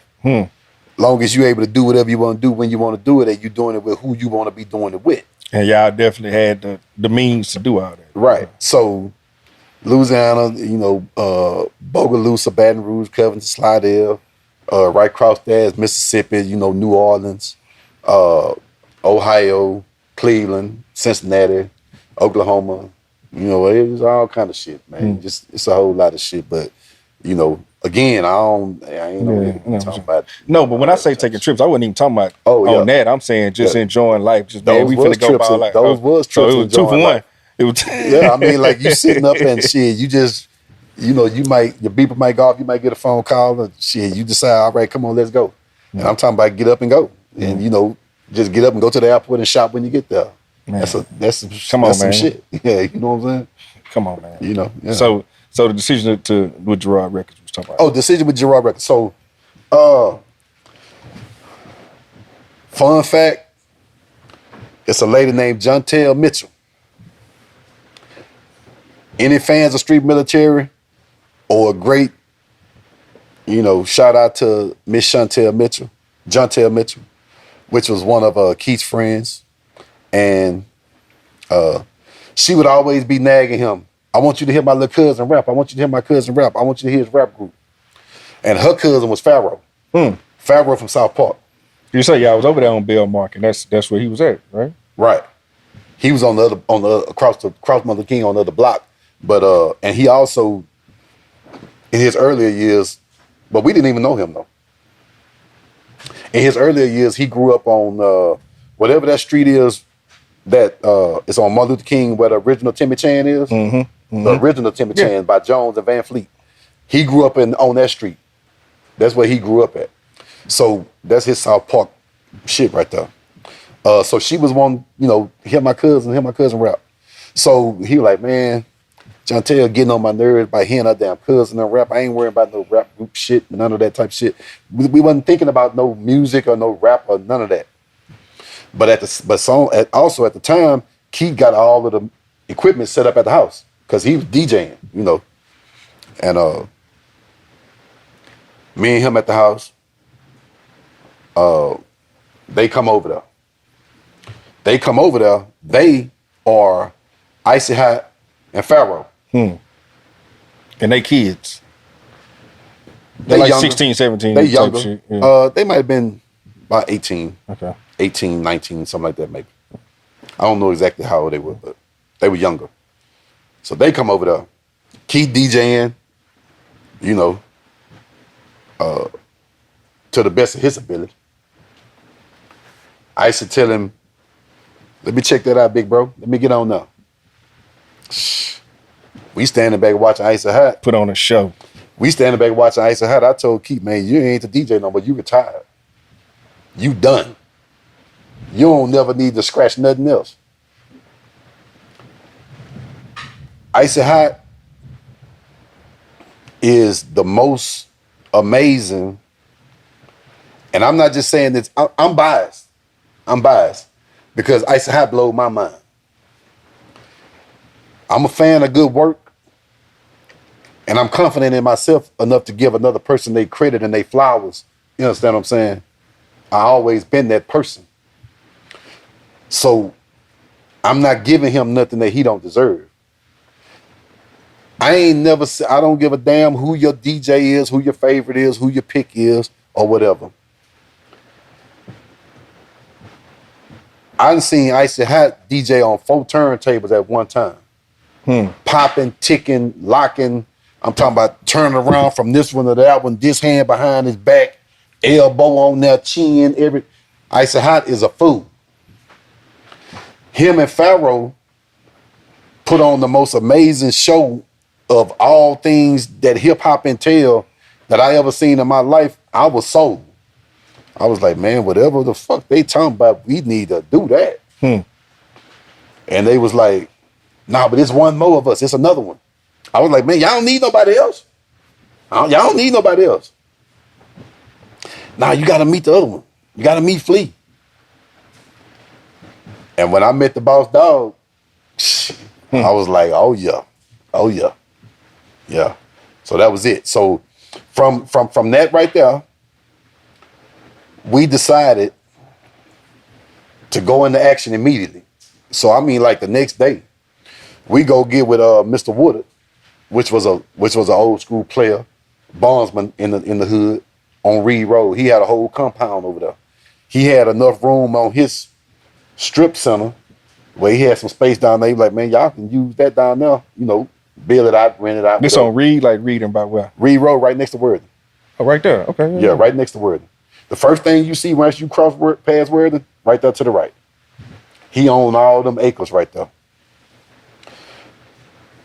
He was already our bondsman, but we already knew him. Like that. So that was easy. He put his guys on it, boom, we build it out, blah, blah, blah, put all the shit in there and get straight to it. And then... Wait, sidebar, who is Gerard? Gerard is Keith's son. Okay. Right. Gerard Records paid with Pool Productions.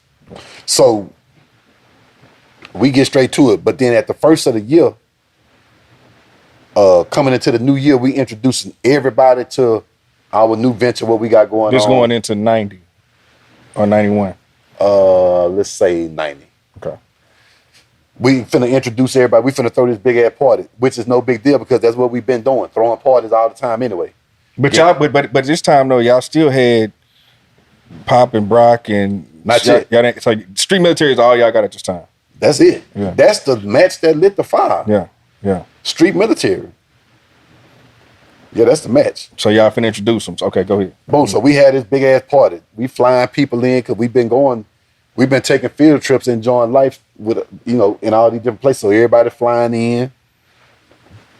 Every time we ever presented them anywhere, they was always hanging out of limos, drinking folders and wearing camouflage. We started that shit. Master P them might have got it after us. We started that. They was always drinking 40s and hanging out limos and living the pop rock star life from day one. And, they got up there and turned the party out and shit, everybody was in agreement that it's good. It's a go. So we moved forward and went on with it. And, put the studio together, and from the time that the thing was put together, shit, it was nonstop grinding, nonstop working. I'm talking about in them days, I don't know how nobody else did, making music, none of that, wasn't no sending no track to you. Man, everybody here for 3, 4, 5 days. You know what I'm saying? And work is going on. So that's what that was. So so tell me about when y'all started building the roster out though. Building the roster out, well, so everybody had different thoughts and ideas. I can't really say how and when Klondike came into play. But then we had a singing group as well called A Change in View. Like you say, that was to go in vogue. It's just coming out and all that. So Klondike was the lead singer of Change in View, which was a male R&B group. Then we had a female singing group. We hadn't even named them yet, but it was for the baddest bitches in wait, Sunset. so Klondike he's not really rapping with his group. He on some singing shit for this group. Klondike is everything. I know he can, but yeah. Klondike is a solo rapper at the time. Mm-hmm. And he damn near the 5th member of Street Military. Because he owned verses and he owned a lot of hooks that involve singing and different type of shit. Then he also the lead singer, one of the primary voices of the R&B group. Then we had Pop and Brock, and then we had females, Tina, Carla, Nikki. I can't remember the other girl's name, but Carla. Come on, man. Did anything ever happen with the girl group? Or they just we never did get to it. Yeah. We never did get to it. It was all just in the works. It was all a conversation and what we gonna do. And I was so driven and inspired to do that because at the time Carla was dating my brother. And so like she would be at the house and she could sing, bro. I'm talking about like when you see music is a spirit enter your body without permission. And I'm talking about make the hair stand up on your arm. You feel electricity run through your body and you just feel it inside you. And fine, pretty than a motherfucker, sexy than a bitch. And I'm talking about gonna stand up next to anybody and represent, and every nigga want to get with her. You know what I'm saying? She would have been the #1 top dog R&B diva. Ain't no doubt about it. And she had the other shoe-wop, doo-woppers behind her, some bad yellow bitches that was gonna represent as well. And it was going down in the mode like, okay, we see what En Vogue doing. This is what we finna do. Yeah. So tell me, because like you said, you know, street comes out and they really take over the streets. Like everybody's on the street. Ghetto Boys hadn't came, but street military for us on the South Side. Just talk about the impact and like what that street military really did once y'all dropped and start putting the records out there. Not necessarily knowing what the impact is, what it's gonna do. I mean, because we all just taking a step. We all just making a step and taking a step every day. And momentum is building, and you know things just coming together. But don't nobody know what the fuck they doing. We don't know what we doing. I ain't gonna sit up here and act like, you know, we knew this, we knew that, but we knew we had the means, we knew we had the talent, we knew we had our own house to produce, and we knew we had active, willing participants that was ready and willing to put in the work, non-stop around the clock. So we was just like, it's an old song I want you to check out called Up Against the Wall from a group called Fatback. Old school over there, he might know. About, yeah. Say, throw it all up against the wall. Whatever stick, that's the lick, right? So that's what we was doing. The first songs that came out of that was the next episode, and that's the type of nigga I am. So from hearing that, shit, we didn't know what we were doing as far as executives and paperwork and all that type of shit. But these boys jamming though. But we knew we had some motherfucking jams though. And then the buzz in the street got on so fast to where at this time they had a guy at the radio station named Golden Boy. You know, so he reached out to us and wanted street military to make him, back in them days, you know, before a personality would come on, intro, yeah. He had his own intro song. And that's where we get the song. That's where we get the song Another Hit. What? And it used to be Golden Boy, please can I have another hit? You know what I'm saying? Please can I have another hit? That was the song that he would play to introduce him coming on the radio to introduce his set. Wow. But the remix of it, you know, is Street Military. Please can I have another hit? Street Military. And you listen to that song, I'm just using that song because that's the one I'm talking about right now. And you hear real live cuts and scratches. Icy was going crazy on man. Can't nobody fuck with Icy Hat, man. Shout out Icy Hat, man. Shout out Icy Hat, man.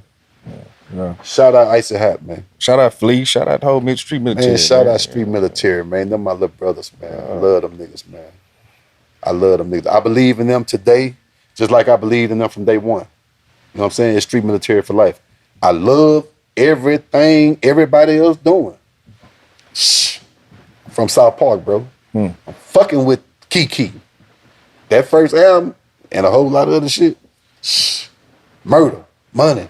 All didn't make it. Being bacon, man. He was in the dead end. I fuck with Kiki. I love that. Big Mo, Fat Pat, Hawk, Po Dino. Fuck with all that. I love all that. Dead in Lines. Dead in the Lines, man. I fuck with that. That album right there is non-stop. That motherfucker go from start to finish. I love that. I fuck with all that. Botany Boys, though. Botany Boys, man. Come on, man. Thought of many ways, man. You know what I'm talking about? I'm a Southside player. Shit, I know all this shit. I fuck with all that.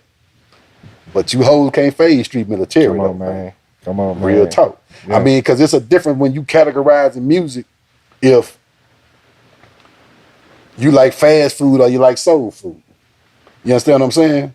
I seen a clip the other day. The Texans had a clip playing when they was in camp, and they were playing with a Street Military song. Right? If the Texans was making a statement, you play Street Military before the game. Crank this bitch up. Crank and this bitch up. And you finna go out there busting heads on that field, boy. 1 to the 2 to the 3. The intro of this bitch, right? Man, come on, man. After the game and we win, then you got there and me play Southside and all. Yeah, we coming down and let the sun hit the fade and all Now that it's old time to type. celebrate. You got that. Yeah, we got to graduate before we set till we. You don't get to celebrate till you graduate. You understand what I'm saying? When it's time to go to war, he was some street military. I mean, it's different music for different vibes and different situations. When I'm clean and I'm finna go hit the scene and I'm on some player shit, man, shit, I'm Southside player. When I'm riding, I'm traveling, and I'm on the road, or I got my mind on certain shit, or I'm on my way to one of my son's football games, that's the type of nigga I am. Coming from the city where the niggas go for broke. Shit. You know what I'm saying? It's different shit for different shit. That's just it. You know. Y'all had a good run with Street, but it was a short run. You know what I'm saying? Yeah.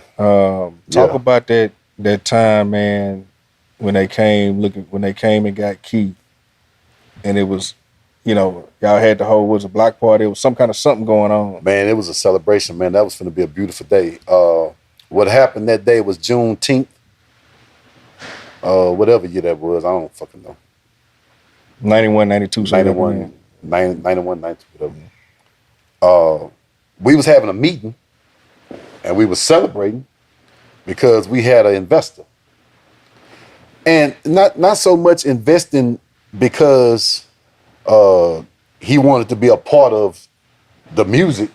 He just wanted to be down with us. It was a nigga named Michael Swede. He was a player, This nigga getting 200 of them at a time. You know what I'm saying? Oh, so his money is, yeah. Yeah, he ain't fucked up by no money. He coming to meet with us this day. This was Juneteenth. He coming to meet with us to give us $1 million because he want to be down with us, right? Keith wasn't there at the time, but he was coming. I mean, we was having a meeting. Well, at the same time, what's that club name? Right there on Cullen. God, I can't think of the name no more. Right there on Cullen off 610 right there. Where they used to have the concert. It sounded like maybe Boomerang. Boomerang. I think that was Boomerang. Yeah. Well, he owned the pool hall, like little game room over there as well. So that's where Keith was at, taking care of some business. And that's where he got detained from coming to the meeting. In the meantime, we waiting on him to get there so we could have the meeting. Everybody get there. Me, Kiki already there. Big E already there. Shout out Big E, R.I.P., politician. That's another pillar of the family, we was already there. All the producers, everybody, everybody there. This back in the day when, you're gonna have a rap show on the flatbed of the 18 wheeler. I don't know who started that. I don't know. I mean, that's just what we were doing that day.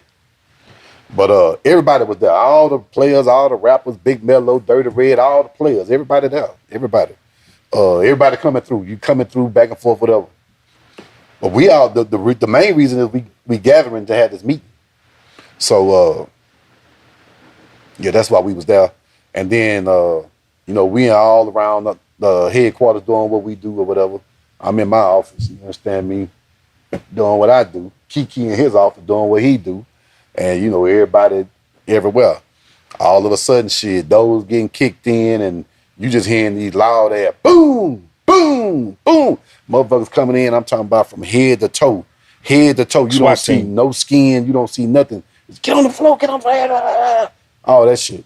Everybody get in there in the big room and everybody sitting on the ground in a circle. Everybody that's in the building is detained. They picking people out, because they can see us. They know who we are. They seen Michael Swede raise his head up. Michael Swede, they got on the radio, get talk. This man was wanted all along the South. And Alabama, he coming to give y'all $1 million. Alabama, North Carolina, South Carolina, Louisiana, Georgia. He wanted. So they got him. That's a real big fish. But this the cat you said he was coming to bring y'all to bring. He was coming to give us $1 million. So truth be told, even if y'all would have got the money and not got busted that day, at some point the shit was gonna hit the fan because just guys want it like that. Potentially, He wasn't with us. He wasn't a part of what we was doing. Right. Okay, I got you. So you like shit. Even if that would have happened, we would have been. If he would have got busted somewhere else down the street, well, then that would have just been him going over there doing that. Keith got busted for what Keith was doing. You understand what I'm saying? Yeah. And in the midst of that, they like, oh, we are. In the midst of that, shit, we got him too, and we got Kiki. So pillars is being knocked down at this time. They told Big E to get out. They told me to get out. Because from the time we decided that, from day one when we met Street Military, when we finna do this, I turned all my interests over to other parties, and I was committed to that. So, and with us being under surveillance, however long we was under surveillance, You ain't looking like you doing nothing. I never have looked like I was doing nothing. So, yeah. Damn. So what did that put you mentally at that point? Because like you say, you was already ready to transition and. Man, shit. A sad ending to the greatest story that was never told correctly. Yeah. Because the only way to go was up from where we was. You know what I'm saying? We was already doing concerts, and I'm talking about packing out shows, and it was in the beginning. You know what I mean? Like Rap-A-Lot was Rap-A-Lot over there on the north side. Botany Boy, Dirty Red, and them was doing what they was doing. But, you know, it wasn't too many people doing what, you know, doing real music, really trying to do this shit. In the beginning. You know what I mean? Like, at that time, I think Stick had screwed with him or whatever, and they was starting to do that, but that wasn't. We're still early in that phase. Yeah. At whatever phase that wasn't what we was making records. Fucking with Southwest Wholesale, getting wax. We was getting music going on. They was doing what Screw was doing, he was doing, and that was live. You know what I'm saying? But I never was listening to Screw. But my little cousin them was into that, because niggas listening to Screw is fried out and syrup out. And that's what I was saying. You never got down with the fried and the syrup and I all ain't that never shit. smoked no motherfucking fried. Nah, I don't do no shit like that. Nah, I don't. See, because for the life I'm living, I need to be on point. I mean, like, if you out there operating and gathering ill-gotten gains, you should want to be performing at your best. You understand what I'm saying? How you gonna come to the Donnie Houston podcast and you falling down drunk? You feel me? Yeah. So, you know, that wasn't my thing. I'm a consider myself to be a thinker. I ain't no damn fool. You know, so that was that on that. So okay. Keith go down, Street Military is over. You back in the game. Hey, you just get back to what you knew. Kind of, sort of, but I'm kind of shook too at the same time, because, you know, from the time I ever made the first mistake, I always been fighting back, trying to get to the right side of the track. And I'm still looking at my brother Anthony saying, I ain't in competition with him, but I know, like, once I get back over here, I could be like that. So, but the environment is in me. So at the same time, I got to live and survive. So at the time, the dude that I was going to get my haircut, I was always looking at him, you know. That shit, that look cool. Man, I ain't know one clipper from the next. All I know how to do is shave my face. So I said, that shit look cool. It's kind of like hustling. Every time I pay the nigga, he put out this much money, he got a Jag. You know, you kind of come and go how you want to, like you your own boss in a sense. I'm finna go my ass to barber school. So I went to barber school. And did you go legit? Because I mean, even some of my barbers growing up, niggas was cutting hair, but it was always, you know, might have a little something. I mean, even in the book, it's a cat, like, you know. I mean, it's like this, like, you know, it had been a long time since I was a little fella. So if I wasn't gonna be participating at a certain level, I wasn't gonna entertain it at all. You know what I'm saying? So, you know, when you got certain ties and connections that's a phone call away, you know, you might Sometimes it's certain things that, certain calls and situations that you damn near can't refuse, because that's another mental health issue that we suffer from. Life in the fast lane. You got Alcoholics Anonymous, Drug Users Anonymous, Drug Dealers Anonymous.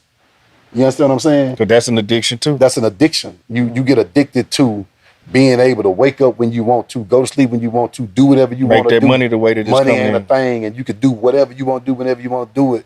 Hop up and just go to the airport and travel and shop when get wherever you're going. That's an addiction. To stop doing that and then turn that over into living real life. You understand what I'm saying? Mm-hmm. When you haven't had nobody that you could look at and respect telling you how you should go about living real life. So I feel like one of the hardest things it is in that transition is waking up in the morning because you don't know when to take your ass to sleep at night. You got to go to the club, the after hour, the after hour. By the time you get home, shit, people that's in the real world is getting up going to work. You just getting home going to sleep. So that's a hard transition right there, but you got to do it. Because if you don't do it, you're going to keep on shooting dice with your life, and you're going to catch some licks, and you're going to hit some doughs, and you're going to catch some points, but ain't nobody rolled them forever because the 7 coming, and when you crap out, you got to go back down now to the university to try to get from your associate to your bachelor's, end up with a doctorate, and end up becoming a doctor in that shit. But in the same time, as you keep on going, your nut's supposed to get shorter, and your mind's supposed to get sharper. You understand what I'm saying? Because if you go 1 time, that's a lot. If you go 2 times, that's too many.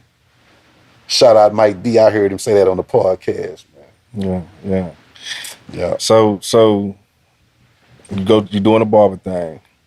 Is that just kind of the way you live life? And I mean, like you say, some shit might come through every now and then, hit a lick there and there, but you really kind of committed to that, and that's when you transition into the family man and all this. So does all this roll in together, or am I missing some pieces? The family man part came later on, but I wasn't 100% done. I still was, I had to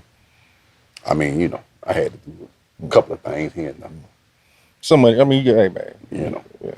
So, but at the same time, I really know that I know better.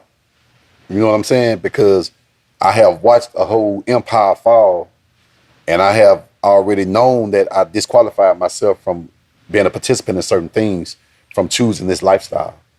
So, I really know that I know better. But, if you can get rid of 25 in a day, you would too. Man, I hear that. So is it when you meet your wife and you have your son, is that when you start to kind of transition, or you had already? I already was transitioning. I always was me. I always was me. I ain't, just once I met my wife and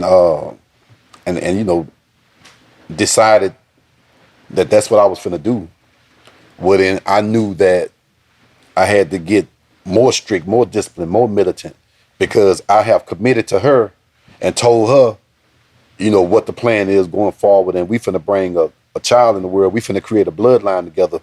And, I already told her what my life was and how I grew up for her to understand the significance and the meaning on why we doing this and why, I'm committed to this. You understand what I'm saying? Mm-hmm. So, yeah, she, yeah. Yeah. So once I started doing that, that was it. And that's what I'm saying. Like once you lay down and apply for the job, you get confirmation that you got the job, you show up every day and do the work, and then you see you come out of a motherfucker. You understand what I'm saying? Now you got something that you should love. Because this is you reincarnated. You created this with a person that you handpicked and selected for this job. I don't understand how 9 months, 3 months, 9 months later, you hate her, she can't stand you, and there was a point last year y'all was finishing each other's sentence. You understand what I'm saying? Because you ain't did enough homework and you wasn't selective enough before you decided to put your activator on the wrong edge. Come on now.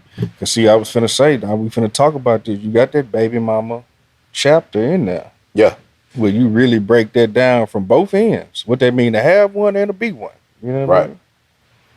Right. Oh no, you can go in on it if you want, but no, I was just saying, just tying that in. You know what I'm saying? I don't know if you want to expound on that or not. What you mean, like what? Just the baby mama drama. You know what I'm saying? Baby mama drama. Yeah, it's like the baby mama chapter. You say the baby mama drama and just dealing with that, and people not really necessarily taking all that into account. Yeah, I mean, so that's part of that goes back to the part of chapter 1. Can you afford to be a parent?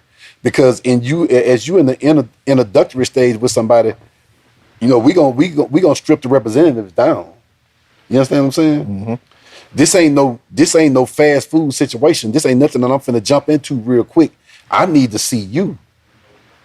I need to see from the time when I met you what you got going on. Okay, I see how you living. You clean. You know what I'm saying? You got your shit together. You taking care of your business. You paying your bills. You know what I'm saying? You take care of your business. You do your thing. I see your parents. I see your upbringing. You know, I see how your dad is. I see how your mom is. I like that you can accept this pressure I'm applying to you. You being responsive and receptive to what I'm putting down. You're picking it up. You know what I'm saying? And you know, the more I get to have my way, shit, the more you gonna get to have everything you want. Hmm. You know, so being you know, submissive and you know, cooperative, willing,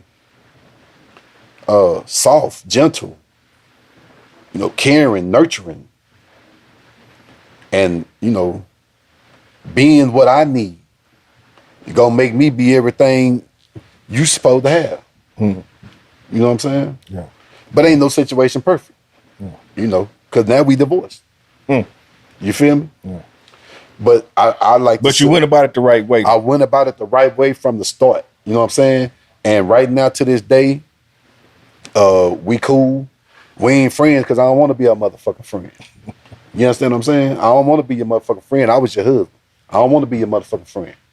But I still love her because I handpicked her to bring forth my seed. And I'll never disrespect her or do nothing to hurt her or cause her no type of hurt, harm, or danger. Because if I hurt her, I'm hurting my son.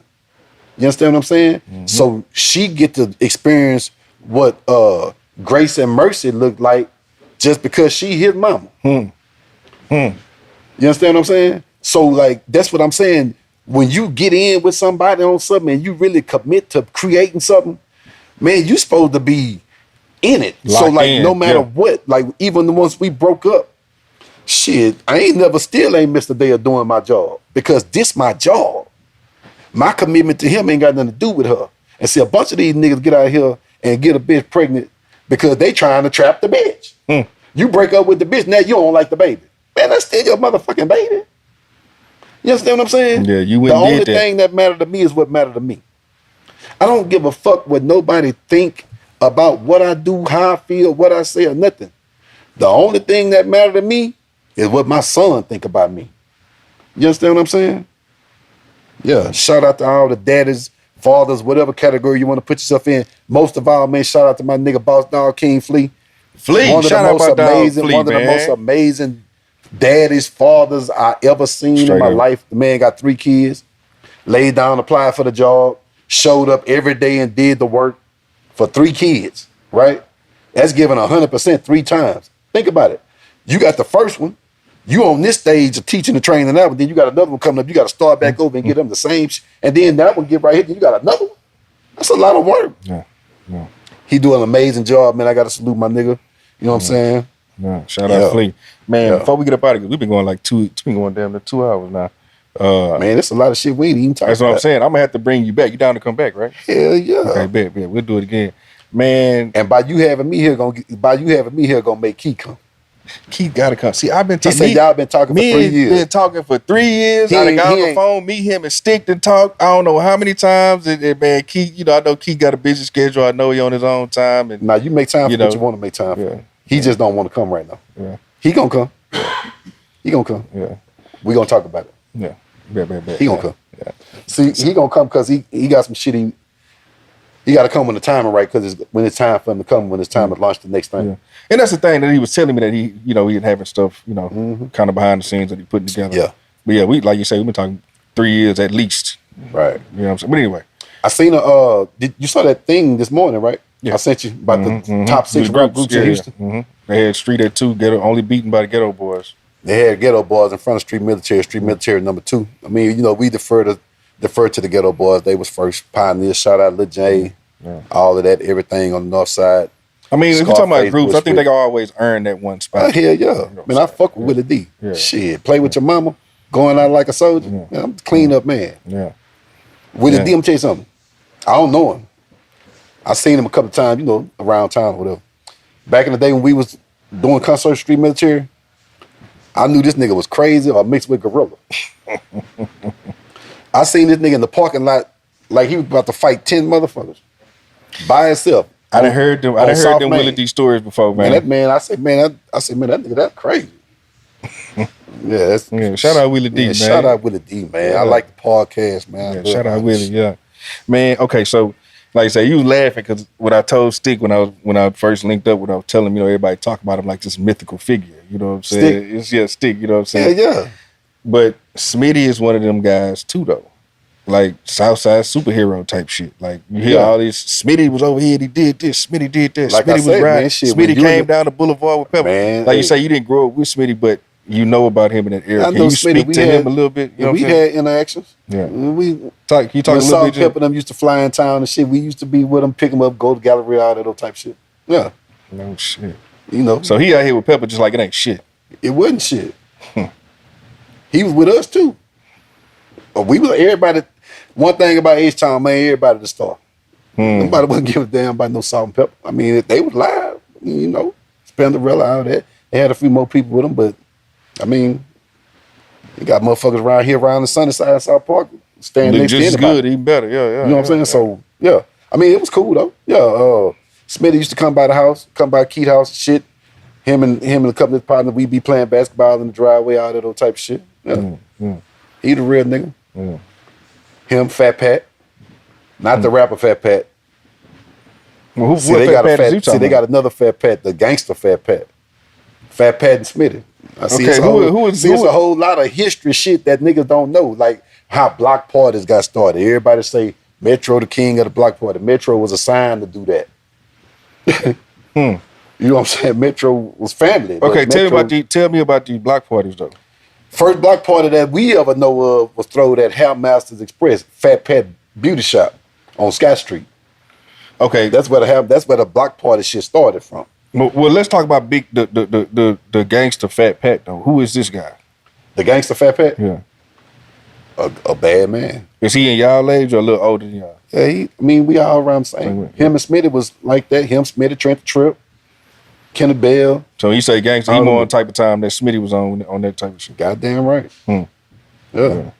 Making the news in Mississippi, all on their TV. No shit. All that other type. Yeah, it's gangster shit. No. So what happened to him? He ended up getting killed or what? I ain't talked to him in a minute. He's still around. He's still out? Yeah, he's still out. No shit. Yeah. He don't do interviews. Yeah. No. That's cool. I mean, it might not be anybody. It might be somebody who want to meet and chop it up with. Sometimes it be shit like I don't put everybody on camera that I'll end up linking up with. Hey, he'll talking motherfucker though. You'll love him. Yeah. Shit, you gotta have extra batteries. You get Fat Pat and Keith Babin in them. Yeah. I know Keith go. Me and Keith, we didn't get on the phone and Keith get to going, man. Man, say. Yeah. That man is very loquacious. Yeah. Very loquacious. Yeah. Make sure you specific in what lane you want to talk to him about. You need a session. You need a session for him about slabs, one about street military, about the game, one about the game, one about the movie. Yeah. You know, the thing is, when you are active participant in destroying the community, now you want to be a doctor and administer medicine to, you know what I'm saying, heal the pain you cause, right to wrongs, and know that the person that you used to be inside of you had to die for, the person that you have become to live. Like, go from being a caterpillar to a butterfly. We don't want no trouble. Roger Rabbit, he ain't Roger Rabbit no more. His name Jesse Hill. He stay out the way, and his condition is suppressed. It's dormant. Don't activate him. See, a fun fact, motherfuckers don't even know, like, the reason why Ben Tarb don't even take people pulling in the ambulance where the loading dock used to be. And Roger had a shootout with some motherfuckers and didn't finish them off and went met Ben Tarb. I heard he had to shoot out at Ben And Tarb. he shot up the goddamn loading dock. That's when they remodeled the hospital.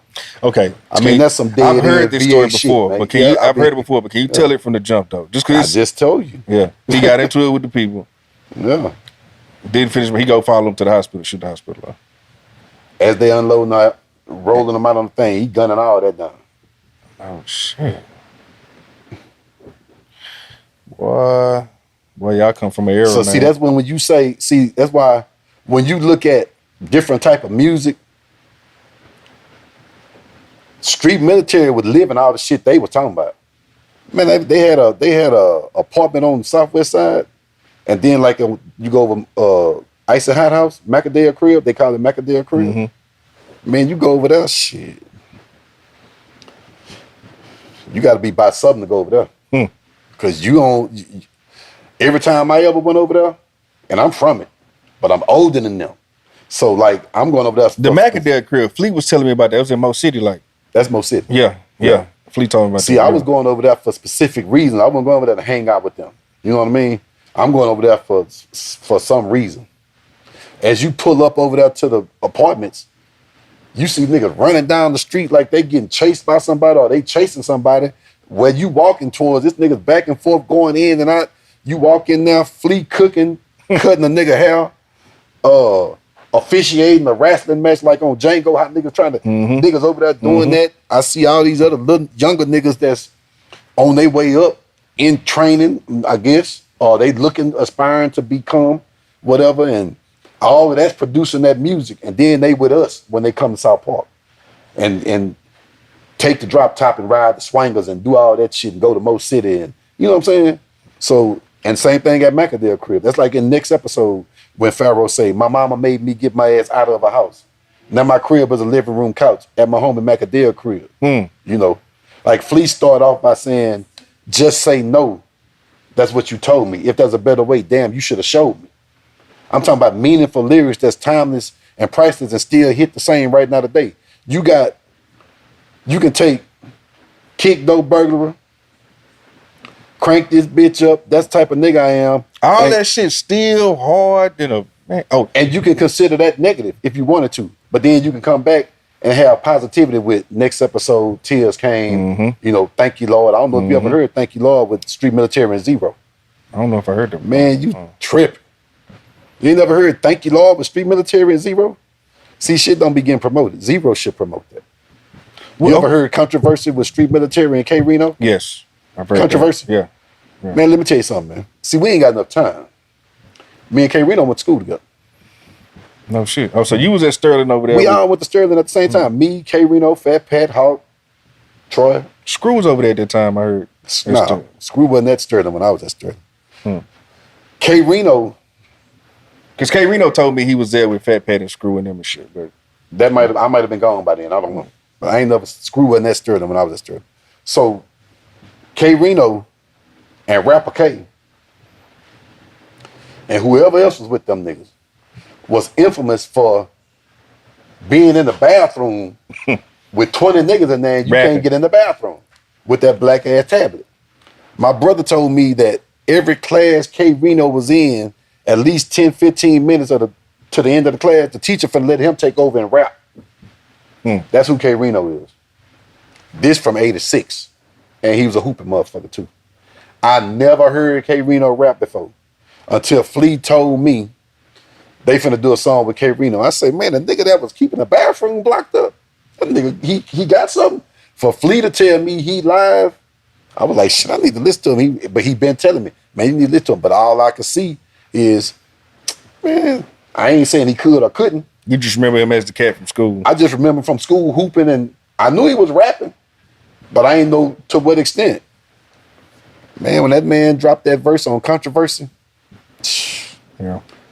he one of the best lyricists in the world. Oh, facts. Period. Facts. I don't give a damn. KRS-One, line it up. Line it up. Shit. Yeah. K Reno. Shout out K Reno, man. SPC. You know what I'm saying? My nigga Murder One, Klondike Cat. Point Goddamn Blank, me, K Water, you know what I'm talking about? Young Pimpin'.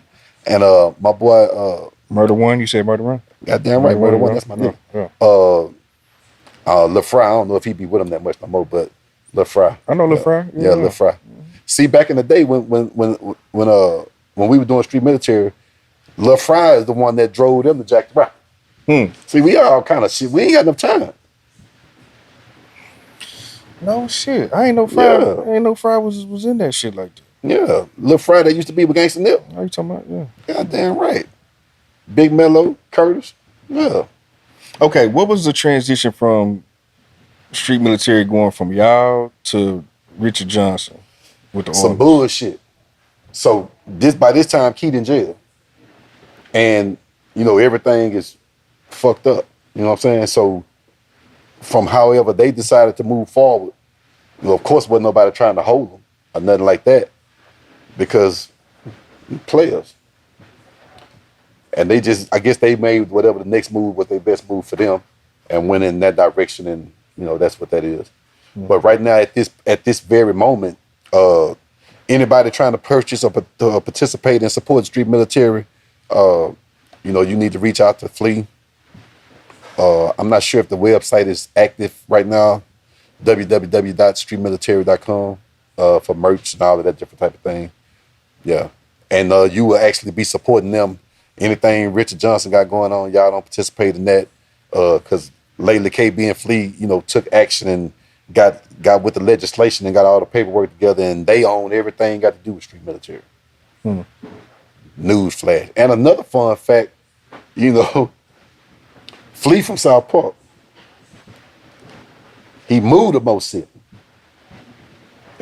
Some more dead end shit. Yeah. Well, nah, bro. I gotta have you come back. Make sure y'all get the book, Inside the Business of Choices You Make, Inside the Business of C.U.M. Sir Churchill Williams, man. Y'all get this thing, man. Listen, Amazon, is it Barnes & Noble and all that too? Or Amazon, Barnes & Noble, and Reader's Magnet. Hey, man, Right. I'm telling you, like you say, $1 million worth of game right here, man. $1 million worth of game. And also, my publishing company is doing a lot of promotion right now for this big book event coming up. They say it's the biggest one they do in the United States. It's in the beginning of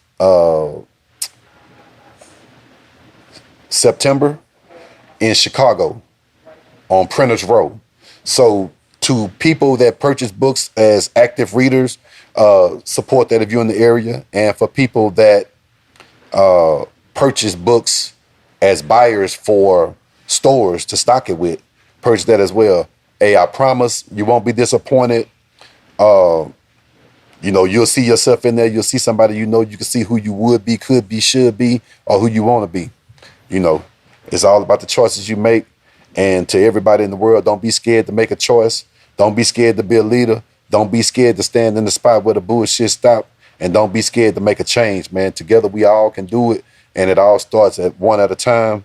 I want to give a call to action to all of the older guys that have seen some life and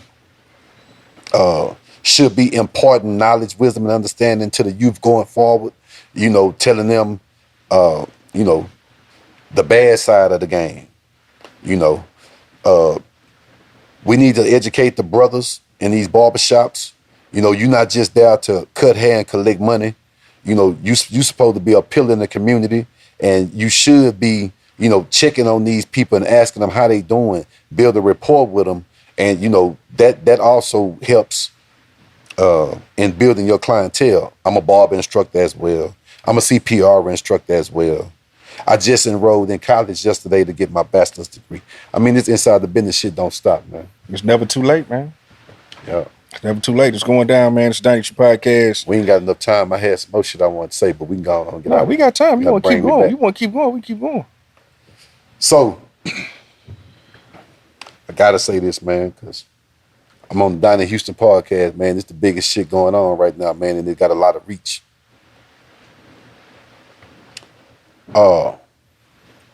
The song, the next episode, Street Military, produced by Icy Hot, was Stolen. If you listen to the next episode, I ain't got to tell you what that is right there. You heard that before. 1, 2, 3 into the 4. Snoop Doggy Dogg and Dr. Dre is at the door. So somewhere down the line, the music got taken to California. I think your cousin 3-2 might have took it out there. I don't know. I ain't accusing him of it.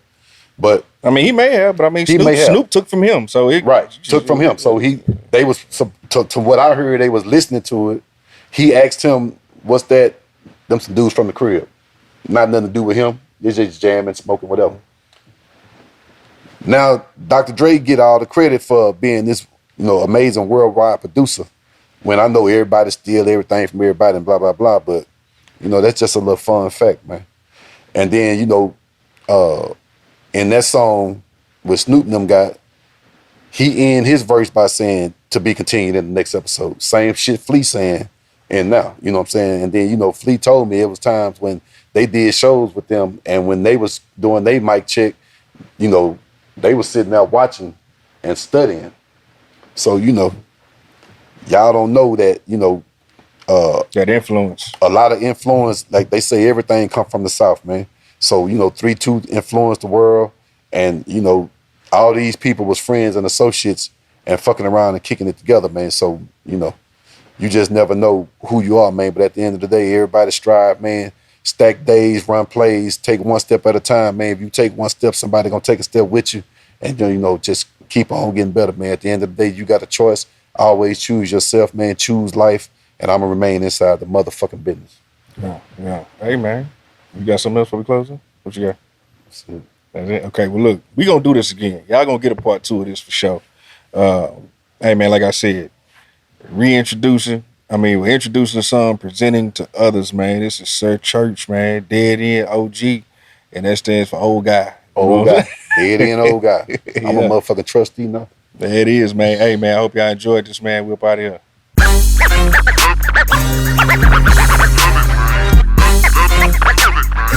Donnie Houston.